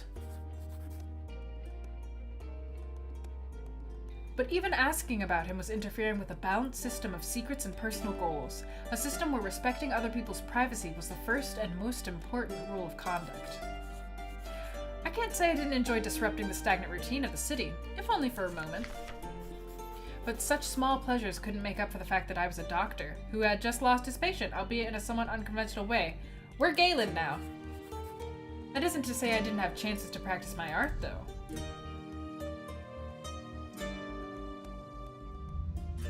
Oh, Constance. How do you feel? Much better now. Thank you, Dr. Galen. The The concoction you gave me had an unusual flavor. May I ask what was in it? It tastes awful, I know. It's an old recipe from back when we used only local plants from the Isles, so you probably wouldn't know them. It's one of the strongest tonics I know. Very universal and very useful. It was a pleasure to watch you prepare it. You're a very skillful doctor. I wish my teachers felt the same. No, I've simply prepared this so many times I could do it with my eyes closed. Hello, Kue. Welcome back to the stream. Really? And why is that? Most students in the Isles learn tonics first, otherwise they'd flunk most exams. Partying the night before, you know. This seems suspicious? What about this seems suspicious, Ryan? I see. Your country sounds like a very nice place to call home. It is, yet most of us choose to spend half our lives traveling. Someone once told me that curiosity is what makes people grow. It inspires us to try and learn new things. Growing as human beings is all very nice, but mostly we crave adventure. Boredom kills us more effectively than wild animals. Ha ha, what? No, what? I've never heard of that. But I babble about myself while my patient is waiting for a diagnosis. Talking with travelers from distant places is one of my favorite pastimes, Doctor. With the twirly hair thing? Talking with, listening to, more like. I didn't give you a chance to speak. Anyway, you show symptoms of mild anemia. It's nothing serious. A change of diet and something to strengthen your blood should be enough to put you back on your feet. I'm not surprised. It happens to me every year during true winter. The silent season always makes me feel weak and apathetic. Boredom can drive you insane? Okay, I had an argument with someone once about boredom. Because you know how people say, like, there's that saying, if you're bored, then you're a boring person, or something? I always believed in that because, like, I haven't been bored since I was, like, 12. But I met somebody who was, like, who just gets bored all the time. And apparently, my theory was that it's because they're an extrovert and they, like, need other people to not feel bored. But now I'm curious about other people's opinions about boredom. If there's one thing ladies love, it's being corrected. Good job, Doc. Astute observation, Intool. I see. Living in the far north is straining, even for the natives. Good luck, Egg. I'm guessing you're not from around here, Constance. Oh, I see it's you who wants to be the listening party now. As a doctor, I need to thoroughly interview my patients. Thoroughly interview! Giggity! I'm always bored because I have ADHD and nothing can hold my attention. I get bored so much. Boredom makes me draw, play video games, or eat. Wasn't this a podcast topic? I don't recall. I'm also a little tipsy, so... We did have a whole conversation in the Discord. I left that conversation thinking maybe boredom is valid, but it still totally confuses me as an experience that I can't really relate to.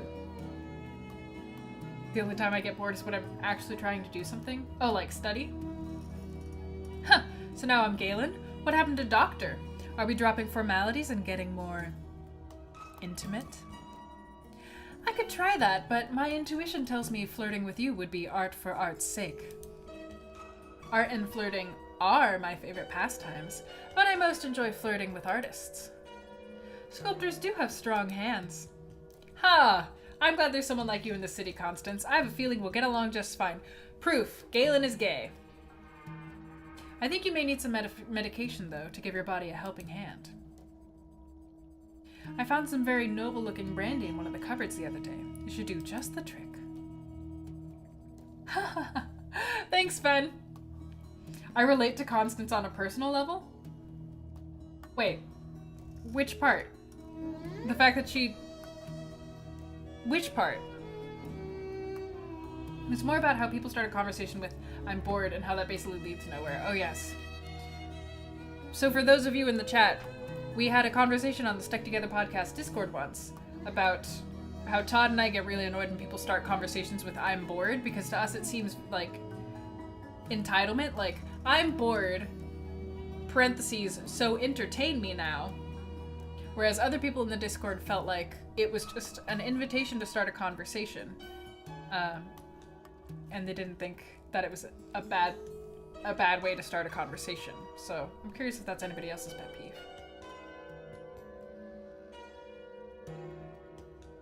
Flirting and seducing are my pastimes. I can't say that flirting and seducing are my pastimes because I'm terrible at those, but studying flirting and seducing are 500% my pastimes. I find alcohol a very efficient remedy for ailments of both mind and body. Trust me, I'm a doctor. Life has taught me never to refuse a generous offer from a well-intentioned man. Thank you, Galen. Perfect. Let me get the bottle. Thank you. You come across as quite relaxed and cheerful, Galen. I don't like how she's digging for information on us. Cara, I can tell you that for sure as a hyper-extroverted person, we can get bored easier. I don't know about that life, but I will take your word for it. Well, then you're...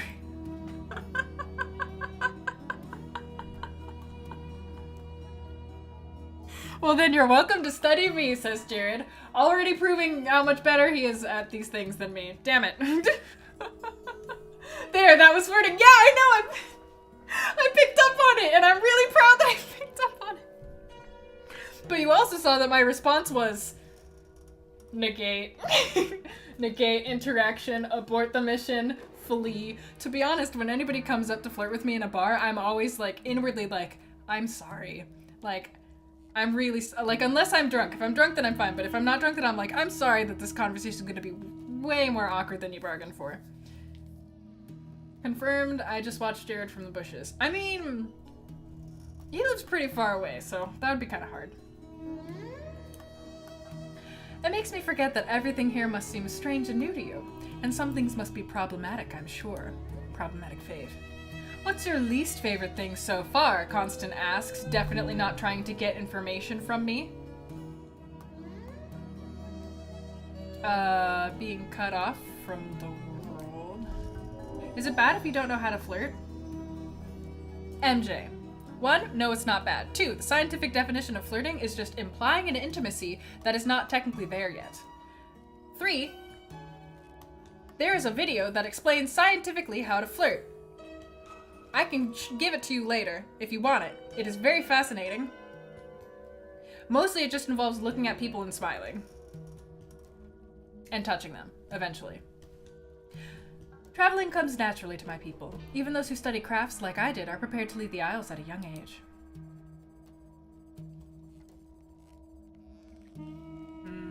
I'm bored from my personal experience has been people asking for me to entertain them. On the other hand, people find me entertaining, so maybe I should just become boring.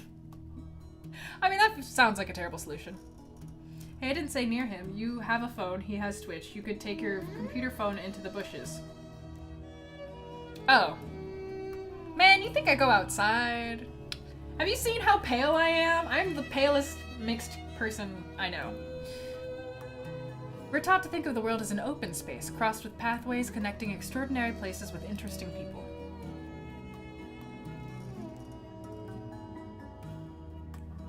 A beautiful, if naive, outlook. Perhaps, but it teaches us that it's a good thing to be curious, and even better if curiosity is followed by courage. This place, however, is positively cut off from the rest of the world. I couldn't leave even if I wanted to, and that lack of freedom is a new and unpleasant thing for me. Looking at people, smiling, and touching them sounds like solid advice to me. Yeah, that's apparently the definition of flirting.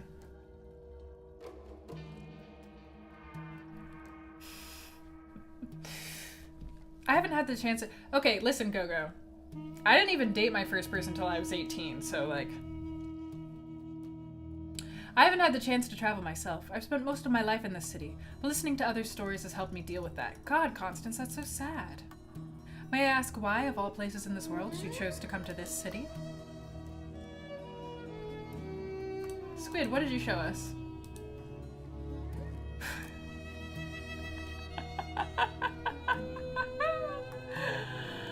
Yeah, okay.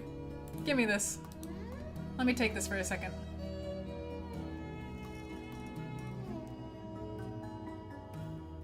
I'm gonna do a thing.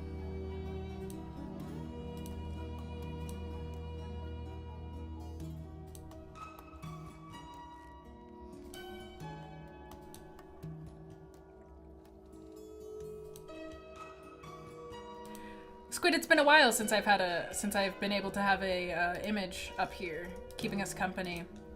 After Belt Husband, the space just honestly felt so alone, you know?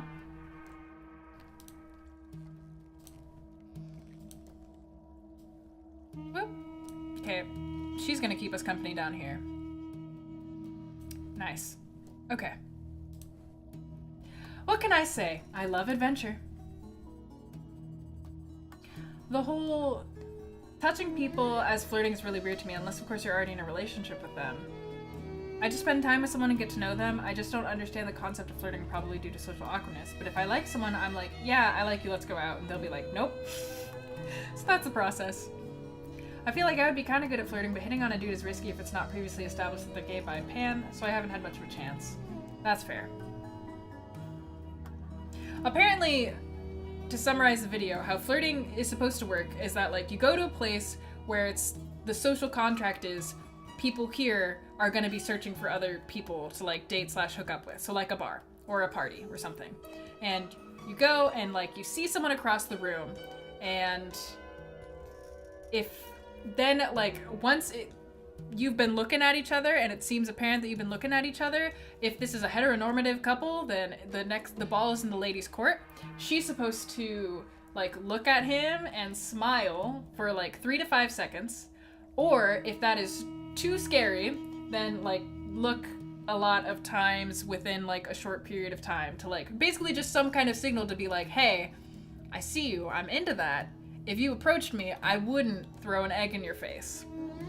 Then, if it's a same-sex couple, that process can be initiated by either person. Then they meet. Initially, if there's 2 people, they're, like, facing outwards like this, talking to each other. And if the flirting goes well, like, you just, hi, how are you, blah, blah, blah, what do you like? If the flirting goes well, then the people turn towards each other and, like, start facing each other full-on with their body posture. And that means that they are, like, exclusive in an exclusive flirt, and it's kind of a body language signal to other people not to come bother them because they are exclusively flirting with one another. At which point, like, one of them can, like, touch the other, haha, and then if that touch is reciprocated by the other person, ha ha ha, and then it's like, your guys are in a good flirt position, and then, like, you know, it progresses from there, asking for the number, going out, going home, whatever the thing is. Like I said, my hobby is literally studying this stuff. I'm a nerd. I also have a teacher who travels a lot. She made sure to plant the love of change in me. She says being in constant motion and watching the world shift as you go is the best way to learn. This all seems too complex and convoluted.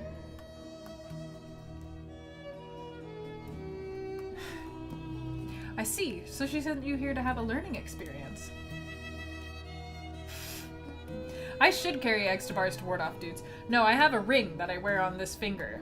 If I'm, like, going out and I don't want people to bother me, I'm like, boom, I'm technically married. And then, like, once this dude came up to me and he was like, are you actually married? And I was like, I'm engaged. And he was like, but, like, so, like, the real ring isn't on that finger yet, right? Like, you're not actually taken until, like, you know? And I was like, what? Back away. No, nothing like that. We get to choose our first journey out of the Isles. Actually, Nana Geet was ambivalent about my plan. She didn't want to let you go? Let me go? Spirits, no. It's not her place to let me do anything. She's my mentor, my teacher, not a slave driver. She was worried that coming to a place so different from what I'm accustomed to would be too much for me.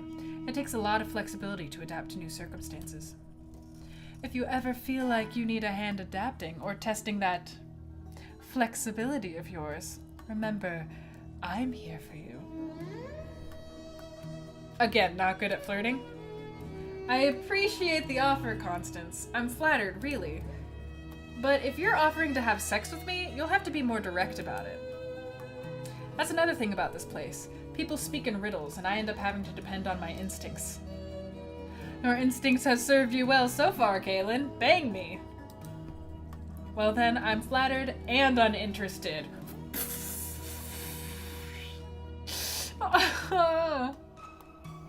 No, I am not engaged. That is a lie. I'm not engaged. I just sometimes wear a ring to, like, pretend that I am. So it's a no then? Well, that isn't something I hear very often. A pity. Unfortunately, my pupils are gone for the winter as well, so I can't offer you the company of someone more suited to your character, prostitution. If I may be so bold as to offer you advice, though, Cassia might be interested in getting to know you better. Ah, there you go again. If you mean... Yes, I mean sex. Really, Galen, subtlety is not your forte. See? Being direct is simple, and it saves time. I can see how people who live for adventure and hate staying in one place for too long would call haste a virtue. You're right. I can be reckless sometimes. You're patient because beauty takes time. And the way I see it, beauty is what counts the most for you. Was that an insult? Many would say that, yes. So it's not actually true? A lady should never reveal all her secrets at once. I've read that many a time in my research as well. I'm much more interested in your impression of Cassia. He's hot. That's what we're saying. Pale and ginger is a killer combination. For a retired warrior, he's also managed to stay in shape. You've noticed, of course. As my antidotes teacher used to say, antagonistic substances attract. He looks like the opposite of what I'm used to. I'm sorry, Thunderbird. He's hot. No, we like him. Yeah, I'm gonna boink that hot boy. Antagonistic. That would mean hostility and desirability go hand in hand. Precisely. Nothing like a bit of controlled violence to spice things up. I understand. Well, Galen, Cassia is not my pick for that kind of adventure, but he can be charming company during long winter evenings. That said, it's not as if I haven't tried to get to know him in a more intimate way as well. Constance has slept with everybody, and that's not necessarily a bad thing. This brandy was a fine idea, I must say. It really helps break the ice of Constance, who is definitely digging for information. When the gay boys are brought up, Jimmy Wetzel answers. I hope I won't get hiccups, though. There's no real cure for that, you know? It just has to pass, and I hate waiting. Do you guys think Galen is bottom or top? Oh, top. Anyway, friend, I answered your question, and now it's my turn to ask you something. You're speaking with the right person. I try to learn as much as I can about everyone I meet, and I rarely forget a thing. Constance! This is the first time I relate to you. Pollyanno Hands is now following. Thank you, and welcome to the fold of people talking about hot, attractive people. There'll be a time for asking about others. Right now, I'm much more interested in hearing your story, Constance. Do you guys really think that Galen's a bottom? I really feel like... Okay, but just because someone is chill doesn't mean that they're not, like... Just because you're chill IRL doesn't mean that in bed you're not, like, you know? I definitely heard a wise man once say that the quiet ones are the craziest in bed. And I'm not saying who said that. Why did you come to the city? Why not both? Why not both? Oh, it was a long time ago. My story is not nearly as interesting as yours. I have little to say about it. Huh. Looks like I found yet another victim of a terrible deal with the infamous bank. Where do we find these wise men?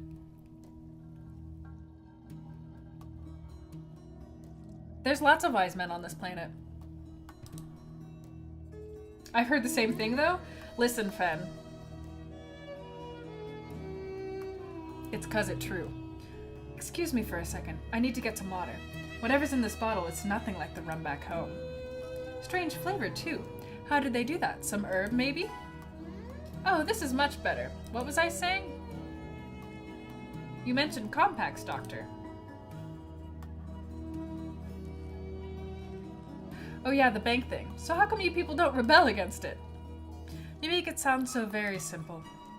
Well, isn't it? I mean, how many guards can they throw at you? Or are you simply too afraid to act? This isn't a topic I'm comfortable discussing with you. Come on, Constance. Show some spirit. Gogo Inaro is now following. Thank you, and welcome to the fold. Where's your sense of Enough! I apologize, Doctor. You obviously meant no harm by asking, but it is a dangerous subject. El Poncho Grande is now following. The Big Poncho. Welcome to the fold. I like it. I apologize, Doctor. Oh, you obviously meant no harm by asking, but it's a dangerous subject. You could go for a straw poll, top or bottom. All right.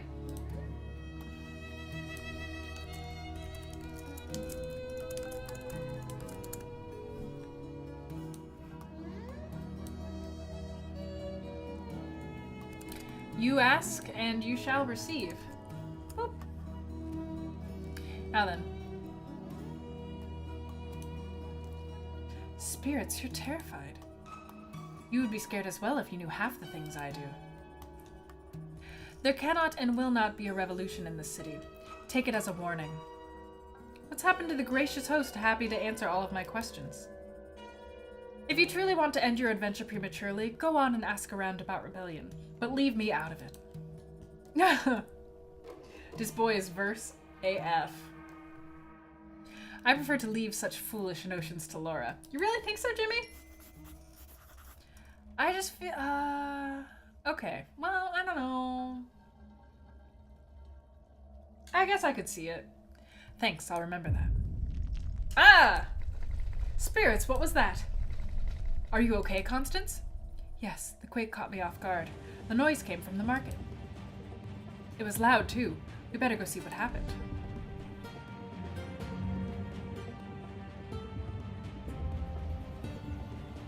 Gods! What's with this shaking? Look, the lantern hasn't switched to night mode. Something must be off with the system. But what?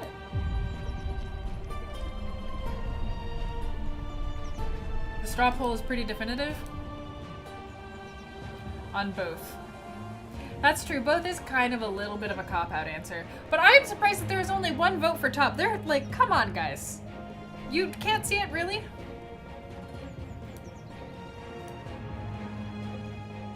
These things keep happening with Constance around. I don't know, but I have the feeling we'll find out soon enough. You might want to back away. Just to be on the safe side. It feels like the entire city is about to fall apart.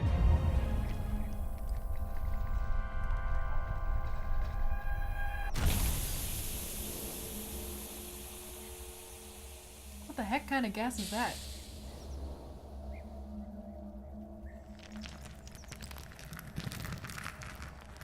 Okay. Is that oh, it almost looks like a skull. What in Kala was that? Oh no. Is everyone alright? What happened?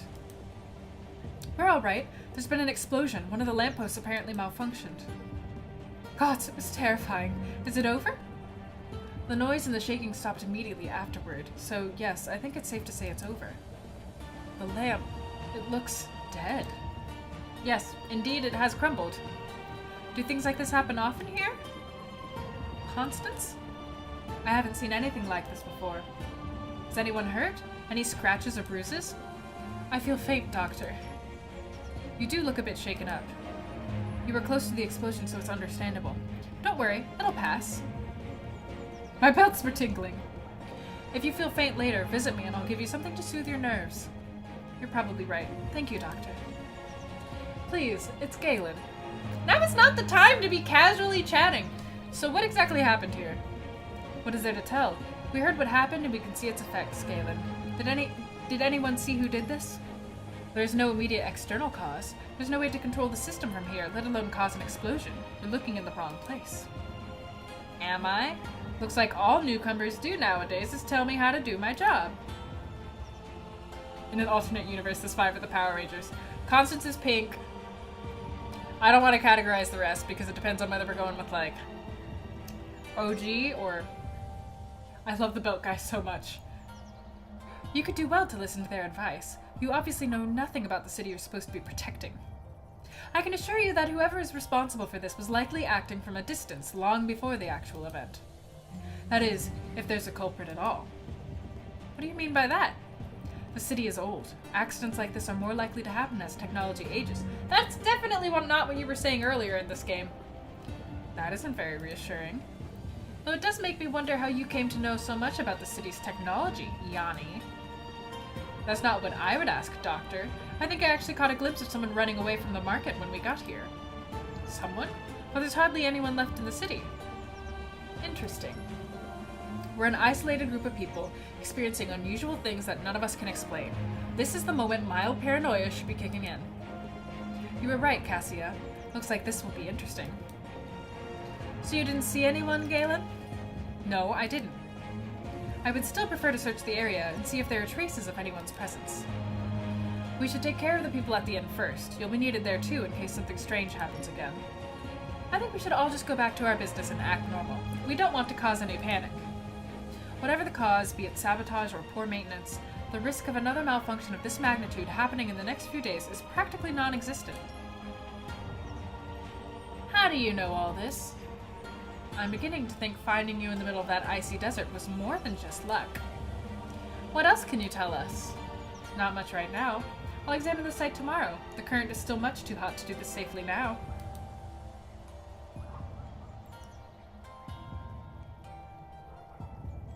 Also, I would prefer daylight for that. Daylight? We don't have daylight here. I meant the artificial lighting. Do you think you'll be able to find and fix the cause of the malfunction? I don't really have much choice, do I? If the system fails during the true winter, we're all going to die. Please, don't panic. We all know what we have to do. Let's head back home and let Yani work. Business as usual, people. I agree. Panic and paranoia are the last things we need right now. Actually, this gives me an idea. I was planning to hold a party to properly welcome our new colleagues. Tomorrow seems like a very good time to do that.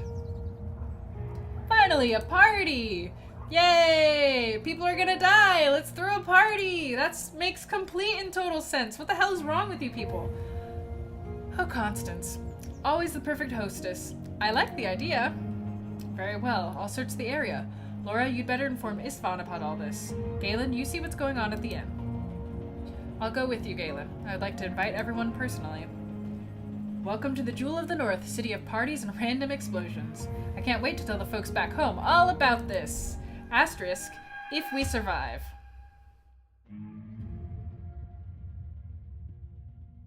So we're on chapter 2. I'm gonna ask you guys, would you like to continue going with this game, or would you like to switch over to a chill stream game like Stardew Valley or City Skylines? It is up to you. My throat is not hurting so badly that I can't continue reading.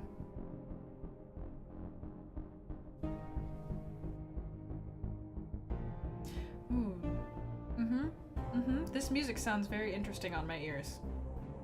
Chill stream. I think there's about 5 chapters, so we're not gonna finish it tonight. At all. Okay, cool. Seems like most of y'all are saying chill stream, so let's go chill stream now. Any preferences between Cities Skylines and Stardew Valley? As I re-saved to make sure that I definitely saved. Let's talk about cute boys. I'm very down. And we've gotten some of the rewards to take it easy. We hallucinated in the bathhouse.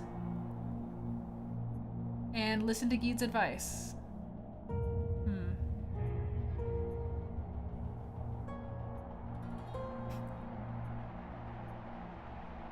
Cute boys it is. Bring the murderer to justice. Somebody's gonna die for sure. Get into... Oof. Deuce. There'd be some spoilers in here. Okay.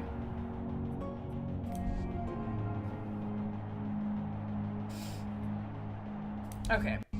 Oof. Let me pull up a new game. If it's Lev, I quit.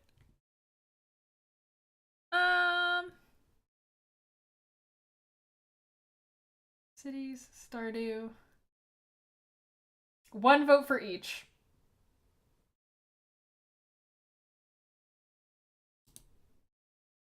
Mm, let's do city skylines for a change. And if it's horrible, I won't ever do it again. I want to talk about cute boys. After I figure out, uh, after I adjust all of the system settings for city skylines.